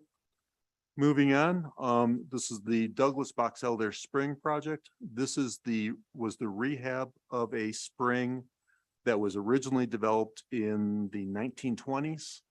The spring house had been rebuilt in the 50s or late 60s. And also the original wood stave pipeline that was built in the 20s was replaced with a asbestos concrete pipe in the 50s. And then we were replacing it with a PVC pipe after its 60 years of life was completed. The project was originally funded for a little under $9.5 million. The city of Douglas also came in with about $4.6 million for a project budget of $14.1 million. And I should clarify that this pipeline was 16 miles long. So that's why the costs are so high. This is where 80% of the city of Douglas's water comes from, is this one spring field. So the engineering was completed, both phase 1 and phase 2 of the engineering was completed by CEPI out of Casper. The spring house was constructed by Russell Construction Company. Engineer's estimate was $735,000. We only got one bid. It was for $943,000. Originally the bid was $858,000. There was some change orders. We did move forward with the project at that time because we didn't have any perspective of any other bidders coming in at that point. After the spring house was rebuilt, we finished the design for the pipeline, bid the pipeline design. In that case, the engineer's original estimate was 10.3 million. We received 7 bids that ranged from 7.9 to 11 million. We awarded to the low bidder, and ultimately that project was completed for $7.5 million. We had about $80,000 in miscellaneous costs, which was majority of those costs were electricity and easements for the project. Completed the project for a little over $10 million, and we will be reverting, or have already reverted, a little over $2.7 million for this project. Any questions on the Douglas Spring House project? Moving on back to Casper. This was Casper Zone 2 project. This was a transmission pipeline that was on the western side of the city to loop in a lot of subdivisions and stuff out there that weren't currently part of the water system. This was new construction because there'd never been a transmission pipeline out in this area. The appropriation was a little over 1.7 million, with the city of Casper pitching in about $850,000 for a total budget of a little over $2.5 million. WLC did the engineering. They came in a little under $300,000. Construction was completed by Trito Construction. Again, we received 7 bids on this project, ranging from 1.2 to 1.6 million. Final project came in a little over 1.1 million. Miscellaneous costs were about 36,000. That was primarily easements because this was pipeline through new areas where no easements were currently available. Final project cost came in a little under 1.5 million, which was considerably under budget, and will be reverting a little over $730,000 on this project. Any questions on Casper Zone 2?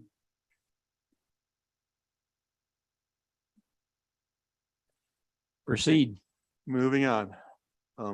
Next project was the Glen Rock Transmission Pipeline 2018.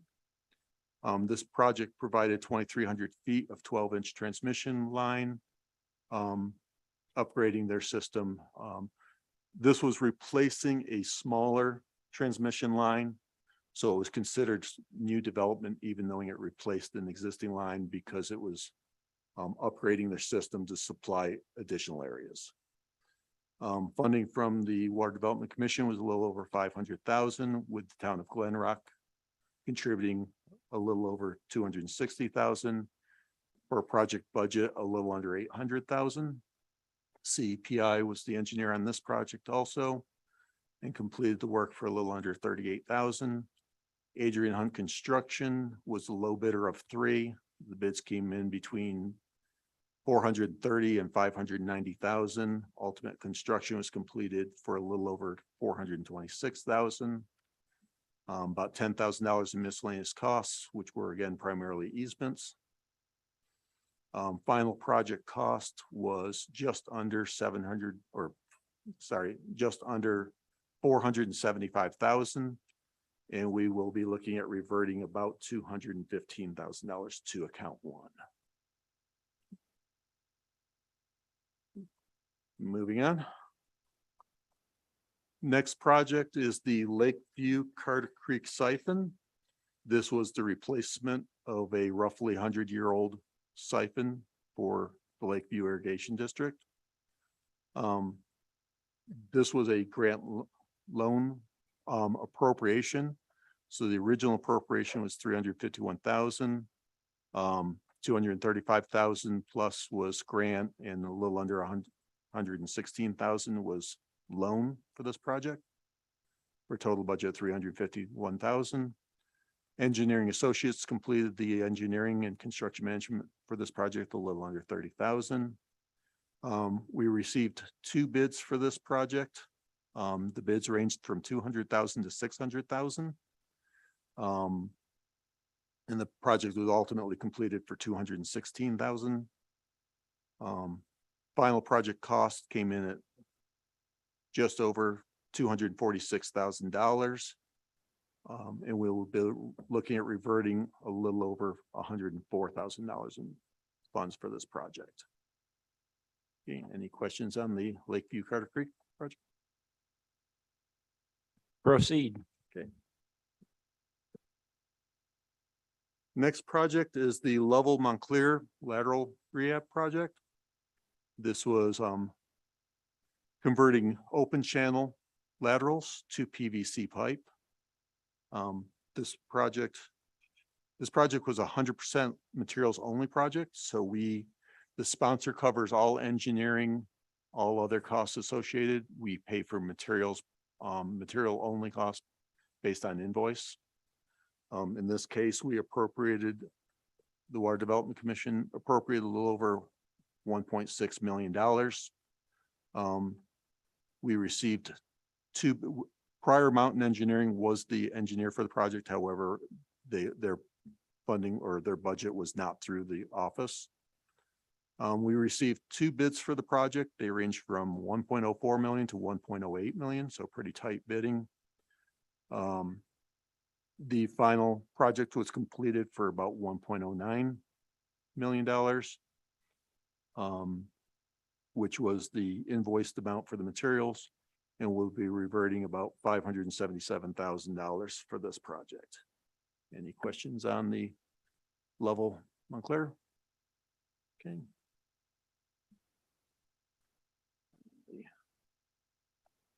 Last project is the Lower Norwood Rural Water Supply. This project was a combination of drilling a new well for this district and a pipeline. This is a very rural area north of 10 Sleep that had been on individual wells and primarily hauling water. So this was a much needed water system in a rural area. Grant funding was 71% because it's such a rural small area. We went up on the percentage.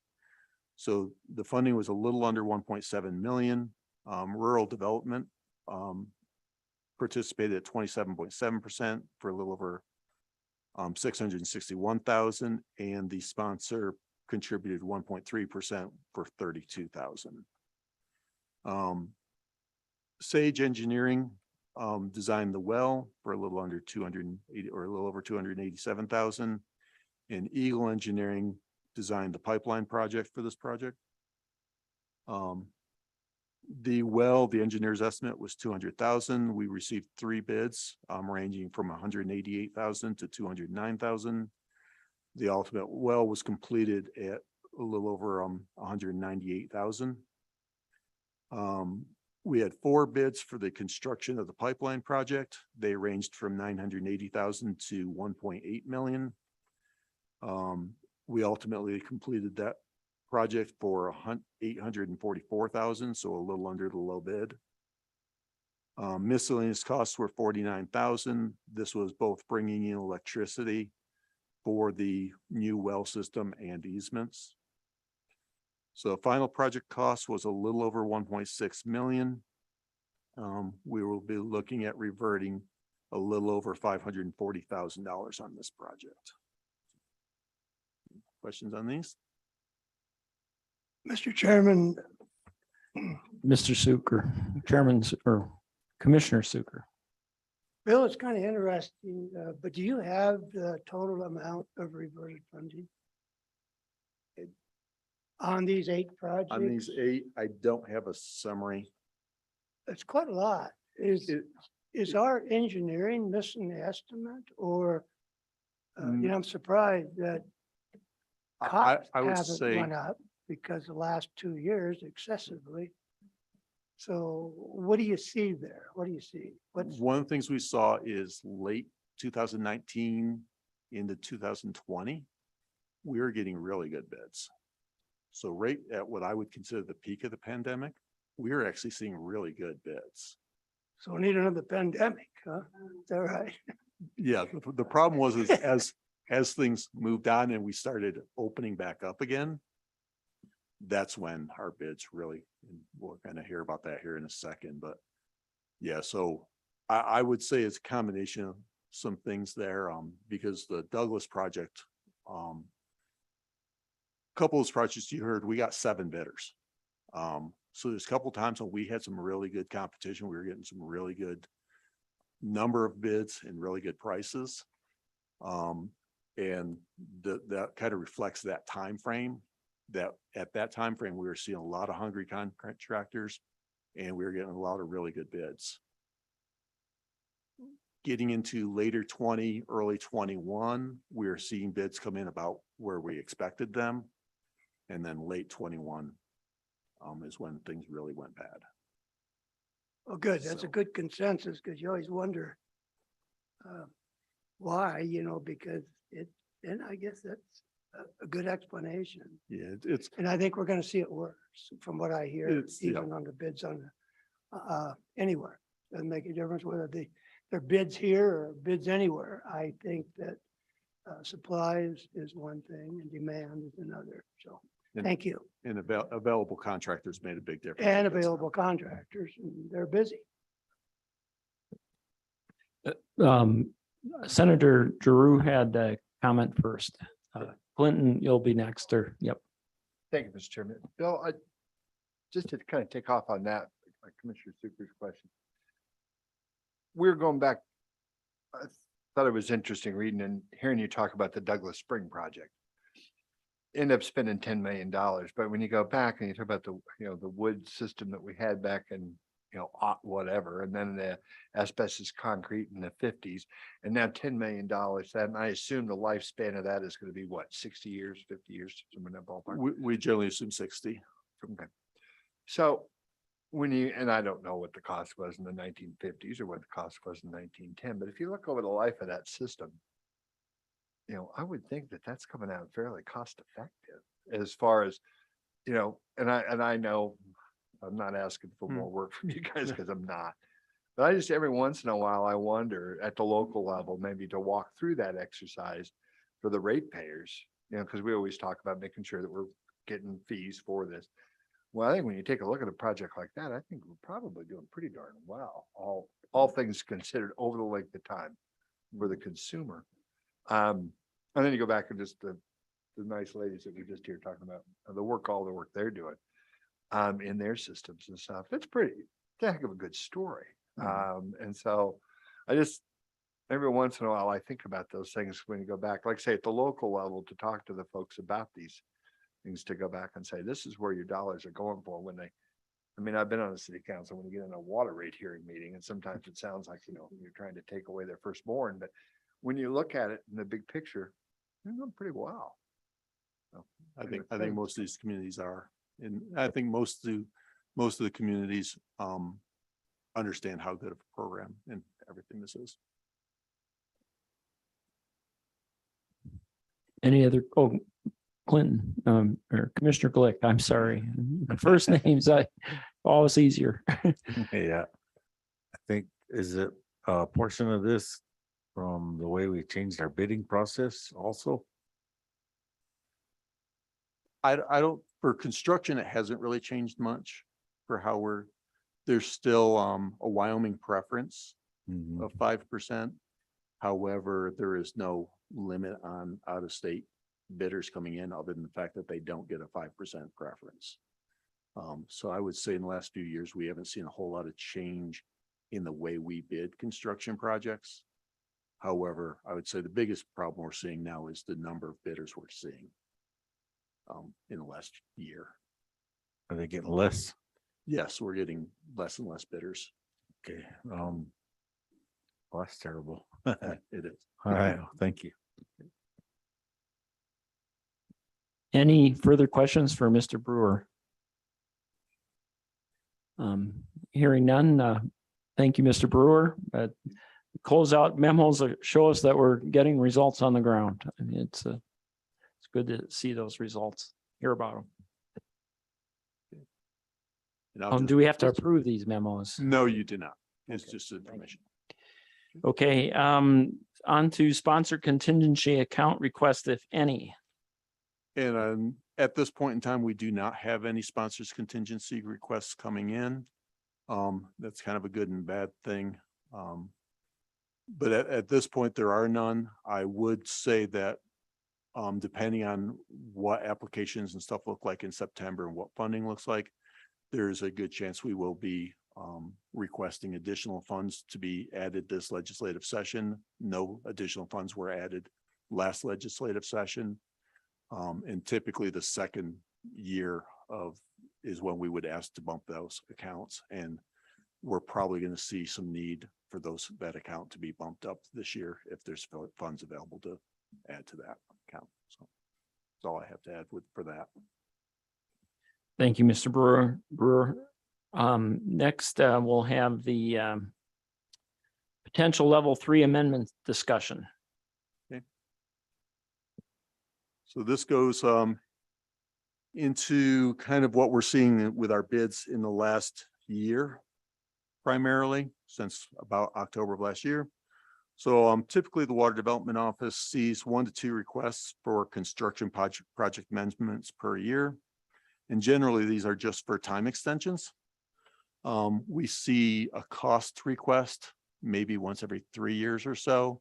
And most of our cost requests increase we handle with the contingency funds. They're usually within the range that contingency fund was set up for, and we adjust projects as needed with that fund. Since last October,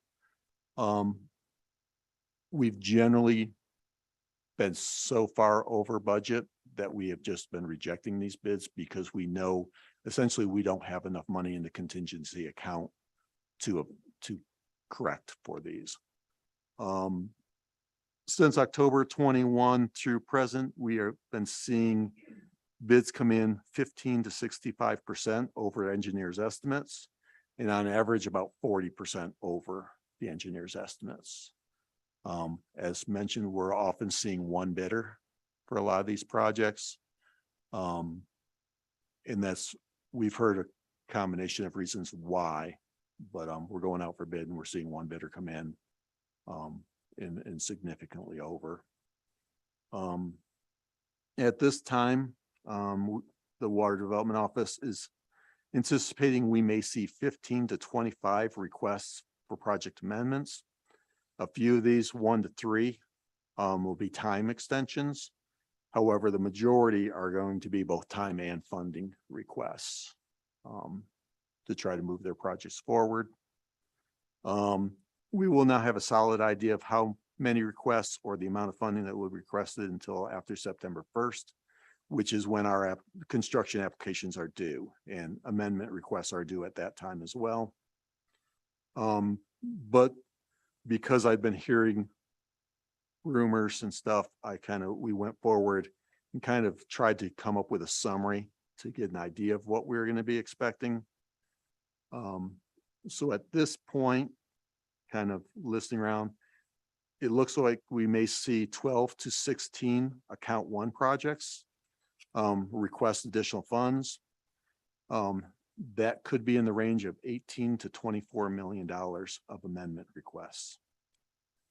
So if you think back to David's summary earlier, we're looking at 50 to 100% of our next year's budget. The office currently expects maybe 3 to 7 account 2 projects to request additional funding. That appears to be in the range of $1.3 to $3.1 million request. Again, good chunk of our current year. And we expect to see 1 account 3 project to come in. This is the same account 3 project that we saw last May, looking at contingency funds. However, they're going to be coming in looking for legislative transfer of that money. That could be in the range of 20 to 30 million. Although that money is kind of earmarked for the project, but it'll be going through proper legislation. Based on the amount of potential funds that may be requested and the funds available to fund those, the office is working on a priority ranking plan. And in case sufficient funds are not available for both amendments and new projects. In general, that would be looking at projects that are ready to bid now or will be ready to bid once legislative session is over. Having a higher priority. Projects that aren't ready to bid and may not be bidding for a year or two. It's hard to guess where we're going to be a year or two from now. And then where we plug new projects in there. Because we don't want to not have any new projects moving forward. So we're not finished with that kind of priority, but that's kind of the way we're leaning, is what we would call shovel ready. They've either already bid and had to reject their bids, or we know they were ready to bid and knew the market was so bad they chose not to bid. Or their designs are going to be finished here before legislative session. They would be, if we thought we could build them next summer. And then the other thing, just to clarify, of that money up there, those were rough numbers provided by the sponsors. They have not been hard truthed. When we actually see an amendment come in with a request, the staff will sit down and hard truth those numbers and see where we feel those numbers really are. And make sure that everybody, if they've got contingency costs in there and stuff, that we're trying to compare everybody apples to apples.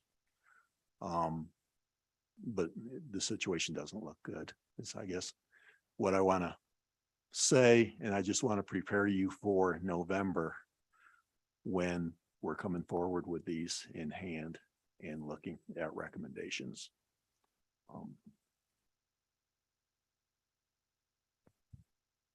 Thank you, Bill. I'm not sure that's all good news, but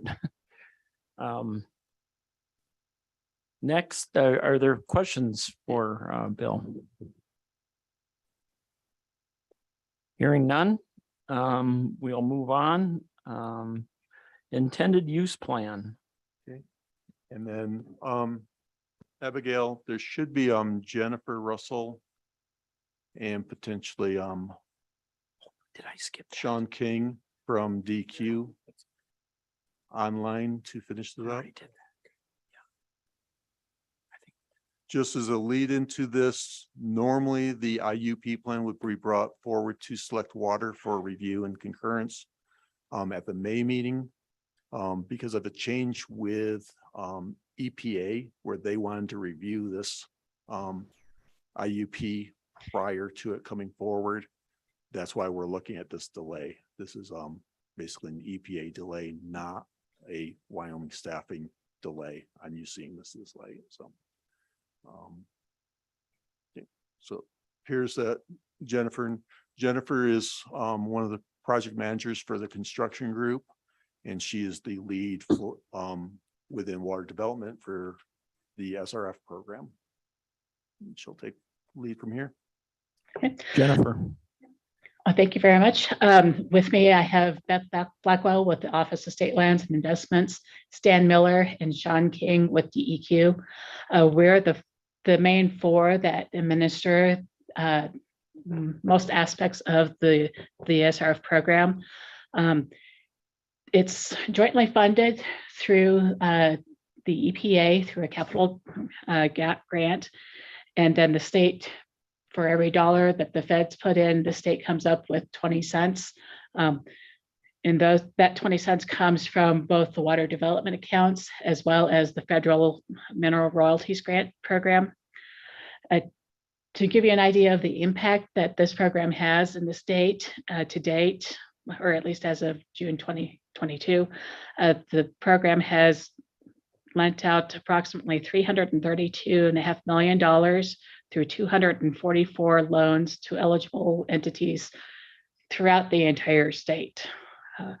Every year, the EPA requires that the states present a IUP, which is the intended use plan, to show how they intend to use the funds for the coming year. Our state statutes require that the IUP be presented to the Select Water Committee for review and approval, and that's what we're here to do today. The plan is in the notebook that you were sent, and it is also online. DEQ prepared the plan with the assistance of State Lands and Water Development. The draft of the plan is made available to the public beginning on April 10th, and there was an advertised public meeting on May 12th. As a side note, there was only one entity that was at that meeting that was not part of the state administration staff. And the appendix of the IUP has the summary of that meeting. The IUP contains several sections, including the priority list of drinking water projects, the criteria and method for distribution of funds, the financial status of the program, a discussion on what we call additional subsidization, which can help out disadvantaged communities, green project reserve, short and long-term goals of the program, set asides that we can take part of that money and use for specific things other than just construction projects. A project must be listed on the IUP before it can be approved for funding.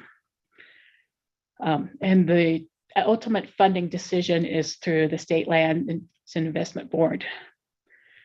In 2022, with the bilateral infrastructure law, there were additional programs that were set up within SRF, and these include the Build General Grant, which is to be used by disadvantaged communities, which with the general definition of disadvantage, almost every community except for Cheyenne, Casper, and a couple others qualify as disadvantaged. The lead grant, which is meant to replace lead and lead line service lines, basically everything up to a house. And emergent contaminants grant, which is for PFAS and other forever chemicals. The expected funding available and the expected total funding for each of those pots is on the summary sheet that's in the notebook. As you can see, for everything except for the infrastructure bill grant, we have more money available than we think will be requested. And at this point in time, what we have for the requests is what DEQ specifically thinks will actually come in for money. Sometimes an entity will get their name onto the IUP, but because of other funding issues or land easements or that kind of thing, they don't actually come in for the final funding. But this is what the best guess is for what's going to be coming up this year. And in the interest of time, I won't spend any time on pointing out sections of the IUP, but I'd welcome any questions for me or for the other staff members that are here. Thank you, Jennifer. Are there questions? Senator Giroux. Mr. Chairman. Sorry, Senator. Oh, go ahead. Thank you, Mr. Chairman. I just want to make sure I heard correctly that if, and I think this was brought out in the memo, if you have if an entity had a subsequent ask next year, that could be put into the program. Is that true? I'll let Beth address that. Representative Grew, that is correct. We update the IUP annually. And so every year entities have an opportunity to get a new project on the list or update a current project if they need to. The one thing we try really hard to do with communities is kind of leave projects pretty vague, like replace dilapidated water lines throughout town.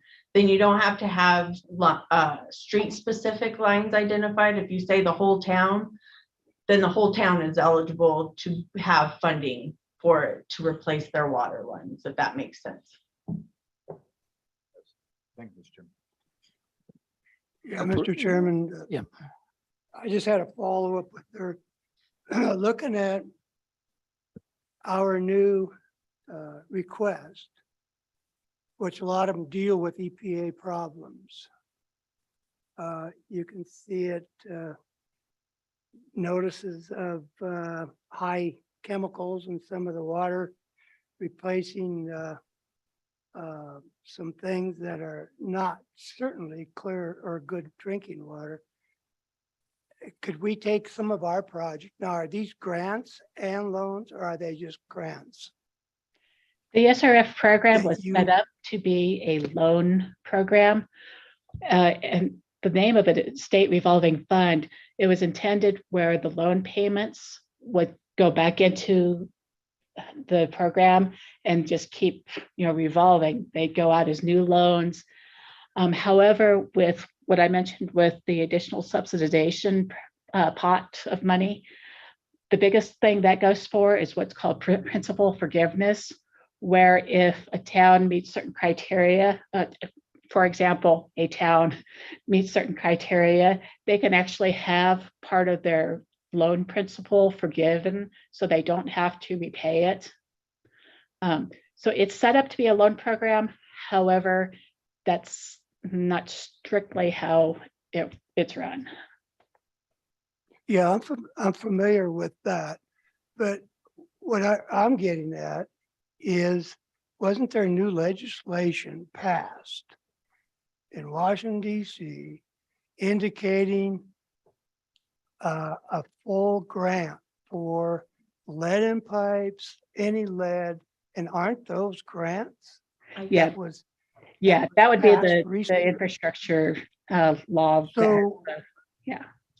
Yeah, so isn't it, do you have part of that program already introduced? Because I know it's new. I just saw Nancy Pelosi talking about it, for example, that we'll clean up our drinking water and these are grants, they're not loans, from my indication. So is that program also already available or is it still in the making? This is Beth Blackwell. That portion is still in the making. SRF staff will be attending EPA training in September and October to learn how to roll out these programs, to learn all of the nuances to it so we can draft rules and begin to gather information and make loans out of these pots. Through each of the pots of additional money that came through the infrastructure bill, the emerging contaminants pot in both Right. water and drinking water, that's essentially a grant. It's a loan with 100% principal forgiveness. So Yeah, that's what I understood.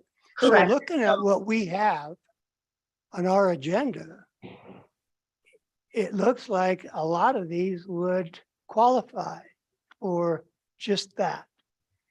And a lot of these projects probably wouldn't have to go through the Water Development Commission if they were 100% granted through the federal government. That's my point. So when we look at these, some of these probably should be delayed if you have a time constraint of when you think those funds will be available. Will that be this fall? Or do you know that yet? Those funds we probably will not apply for those funds until the beginning of next year. However, there's certain thresholds or restrictions on SRF funds and what they can be used for. We can't use them in reservoir or dam projects unless their primary purpose is for drinking water. There's a lot of nuances, so each of those projects would have to be vetted against the SRF program rules and requirements to determine if it would be eligible or not. And many of the projects that are on the SRF list are for projects that water development doesn't fund to begin with. Anything treatment or distribution, water development doesn't fund. So they're already in their own separate place and wouldn't have been coming in for water development money to begin with. Okay, so we would have to reject it for it to be funded by the federal government or through that new program, correct? No, not Is that what necessarily. we're saying? You don't have to Or reject. it wouldn't be fundable through us, I guess. Anyway, yeah, I kind of got an idea of what you're saying there. I know that it just isn't out yet, but it's something that I think could be very helpful for this commission to allow to go a different direction for especially violations that I'm seeing in our new tally of requests. But Thanks. I don't have any other questions. Appreciate it. Thank you, Commissioner Zucker, and Jennifer, thank you for your update. I have one more thing to update the committee on. Okay, great. I just wanted to let you all know that the final count of ARPA water and sewer applications that were received by the Office of State Lands and Investments is 124 applications totaling 258 million. So our 50 million is going to be a little short from what was being asked.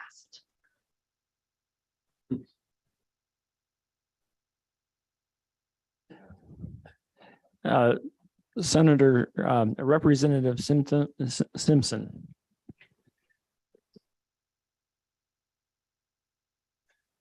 I know. Beth, do you remember my prediction about a year ago about how many municipalities was going to apply to that? Yes, sir. And a lot of 50 million. applied for multiple projects. So, you know, we've started the review process. We're gonna get going on that, and hopefully by next week or early the following week, we're in touch with entities, letting them know if we need additional information. They should be receiving an email this week, letting them know what applications we received from them. So really, the work progress starts now of reviewing for eligibility and ranking them according to our rules and all of that stuff, with the goal being that we would have a SLIM meeting maybe end of September, early October. But it's just gonna depend on what kind of roadblocks we run into or things we didn't plan for that we've got to figure out how to work around. Very good. Thank you, Beth. So I've got a question for you, Beth. Unless Abigail's online, is Abigail still there? Okay, so I'll direct it to Abigail. There's an action required from the Select Water Committee on this intended use plan. Abigail, can you tell me what the motion needs to be? Mr. Chairman, I believe this one is actually an approve. Recommend, so there's no recommendation. We're going to approve the intended use plan. Is that correct? I believe that's it. I can look it up real fast. Beth, can you My help us? understanding of the legislation. I believe you need to approve it, sir. Very good. Thank you. Okay, the Select Water Committee, I'm looking for a motion to improve the intended use plan as presented to us today. Senator Mr. Drew? Chairman, so move that we approve the intended use plan. Very good. Do I have a second? It's been moved and seconded. We approve the intended use plan. All in favor, please raise your hand. Any opposed? Please raise your hand. Thank you. Motion passes. Mr. Chairman, back to you. Thank you. Okay, thank you, Jennifer, for your work on that program. Next, we have discussion. Any more discussion? Commissioner Glick. Did we skip 13 or no? 15 or 13. I think we covered 13. Is that correct? There may be a debate on that. Mr. Chairman, yeah, we covered that. That's when Bill was throwing out the 12 to 16 projects and 16 to 24 million and all those things. Good work, Bill. Thanks. So Commissioner Glick, we have covered that. Okay. So the next thing, okay. Mr. Chairman? Yes. Do we all know where the address is and where the party is tonight? We'll talk about that in a minute. Thank you. Quit jumping ahead, okay? Further meeting schedule. So, Mr. Chairman, I would just bring it to everybody's attention that there was some concern about the December meeting because Joint Appropriations Committee meets the 12th through the 20th, if I recall correctly. Sorry, 12th through the 16th. So With the November meeting being set for the 1st through the 3rd, we then need to go out on level 3 construction projects and advertise that we're going to have public hearings, and then actually complete the public hearings, bring back public comment to the commission and the select water committee. And we advertise for 2 weeks. We've got Thanksgiving shoved in there as well. And then we actually have to, probably the last week of November is what we're shooting for the actual public hearings. So we are looking at the week of December 5th for that December meeting.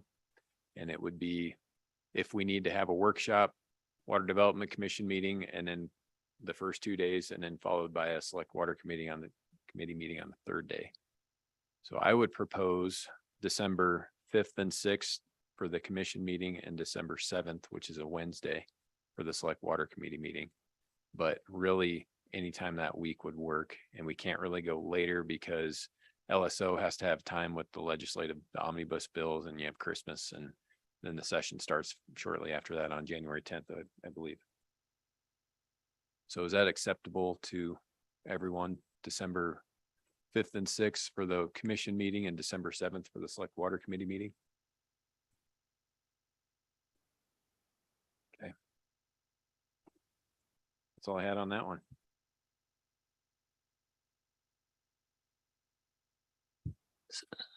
Mr. Chairman, are there any discussion on that? Does that work for everybody? Sounds good. Pearl Harbor Day is one of those days, right? Okay. I would say one more thing to point out. I apologize that WACD, Wyoming Association of Conservation Districts and Stock Growers, does have their, I think, annual meeting planned for the 4th through the 8th of December. But we're limited, so there's going to be conflict regardless, but that's just a information piece there. Okay. Senator Drew. Thanks. Jason, did you said the 6th and 7th for select water? Just one day, the 7th. The 7th, okay. Yep. And you're welcome to attend the commission meeting on the 5th and 6th as well. Right. Okay. Well, I was just saying that's the day before Energy Council. If it, I'm not on Energy Council, but I think someone is. Just check.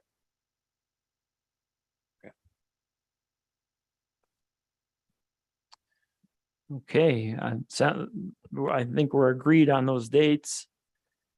Number 18, this is where we can, before we adjourn, do we want to make that a part of the official meeting, or do we want to? Let's adjourn and then I'll give instructions about tomorrow. Is there a motion to adjourn? And seconded by Commissioner Kaylee. All those in favor, say aye.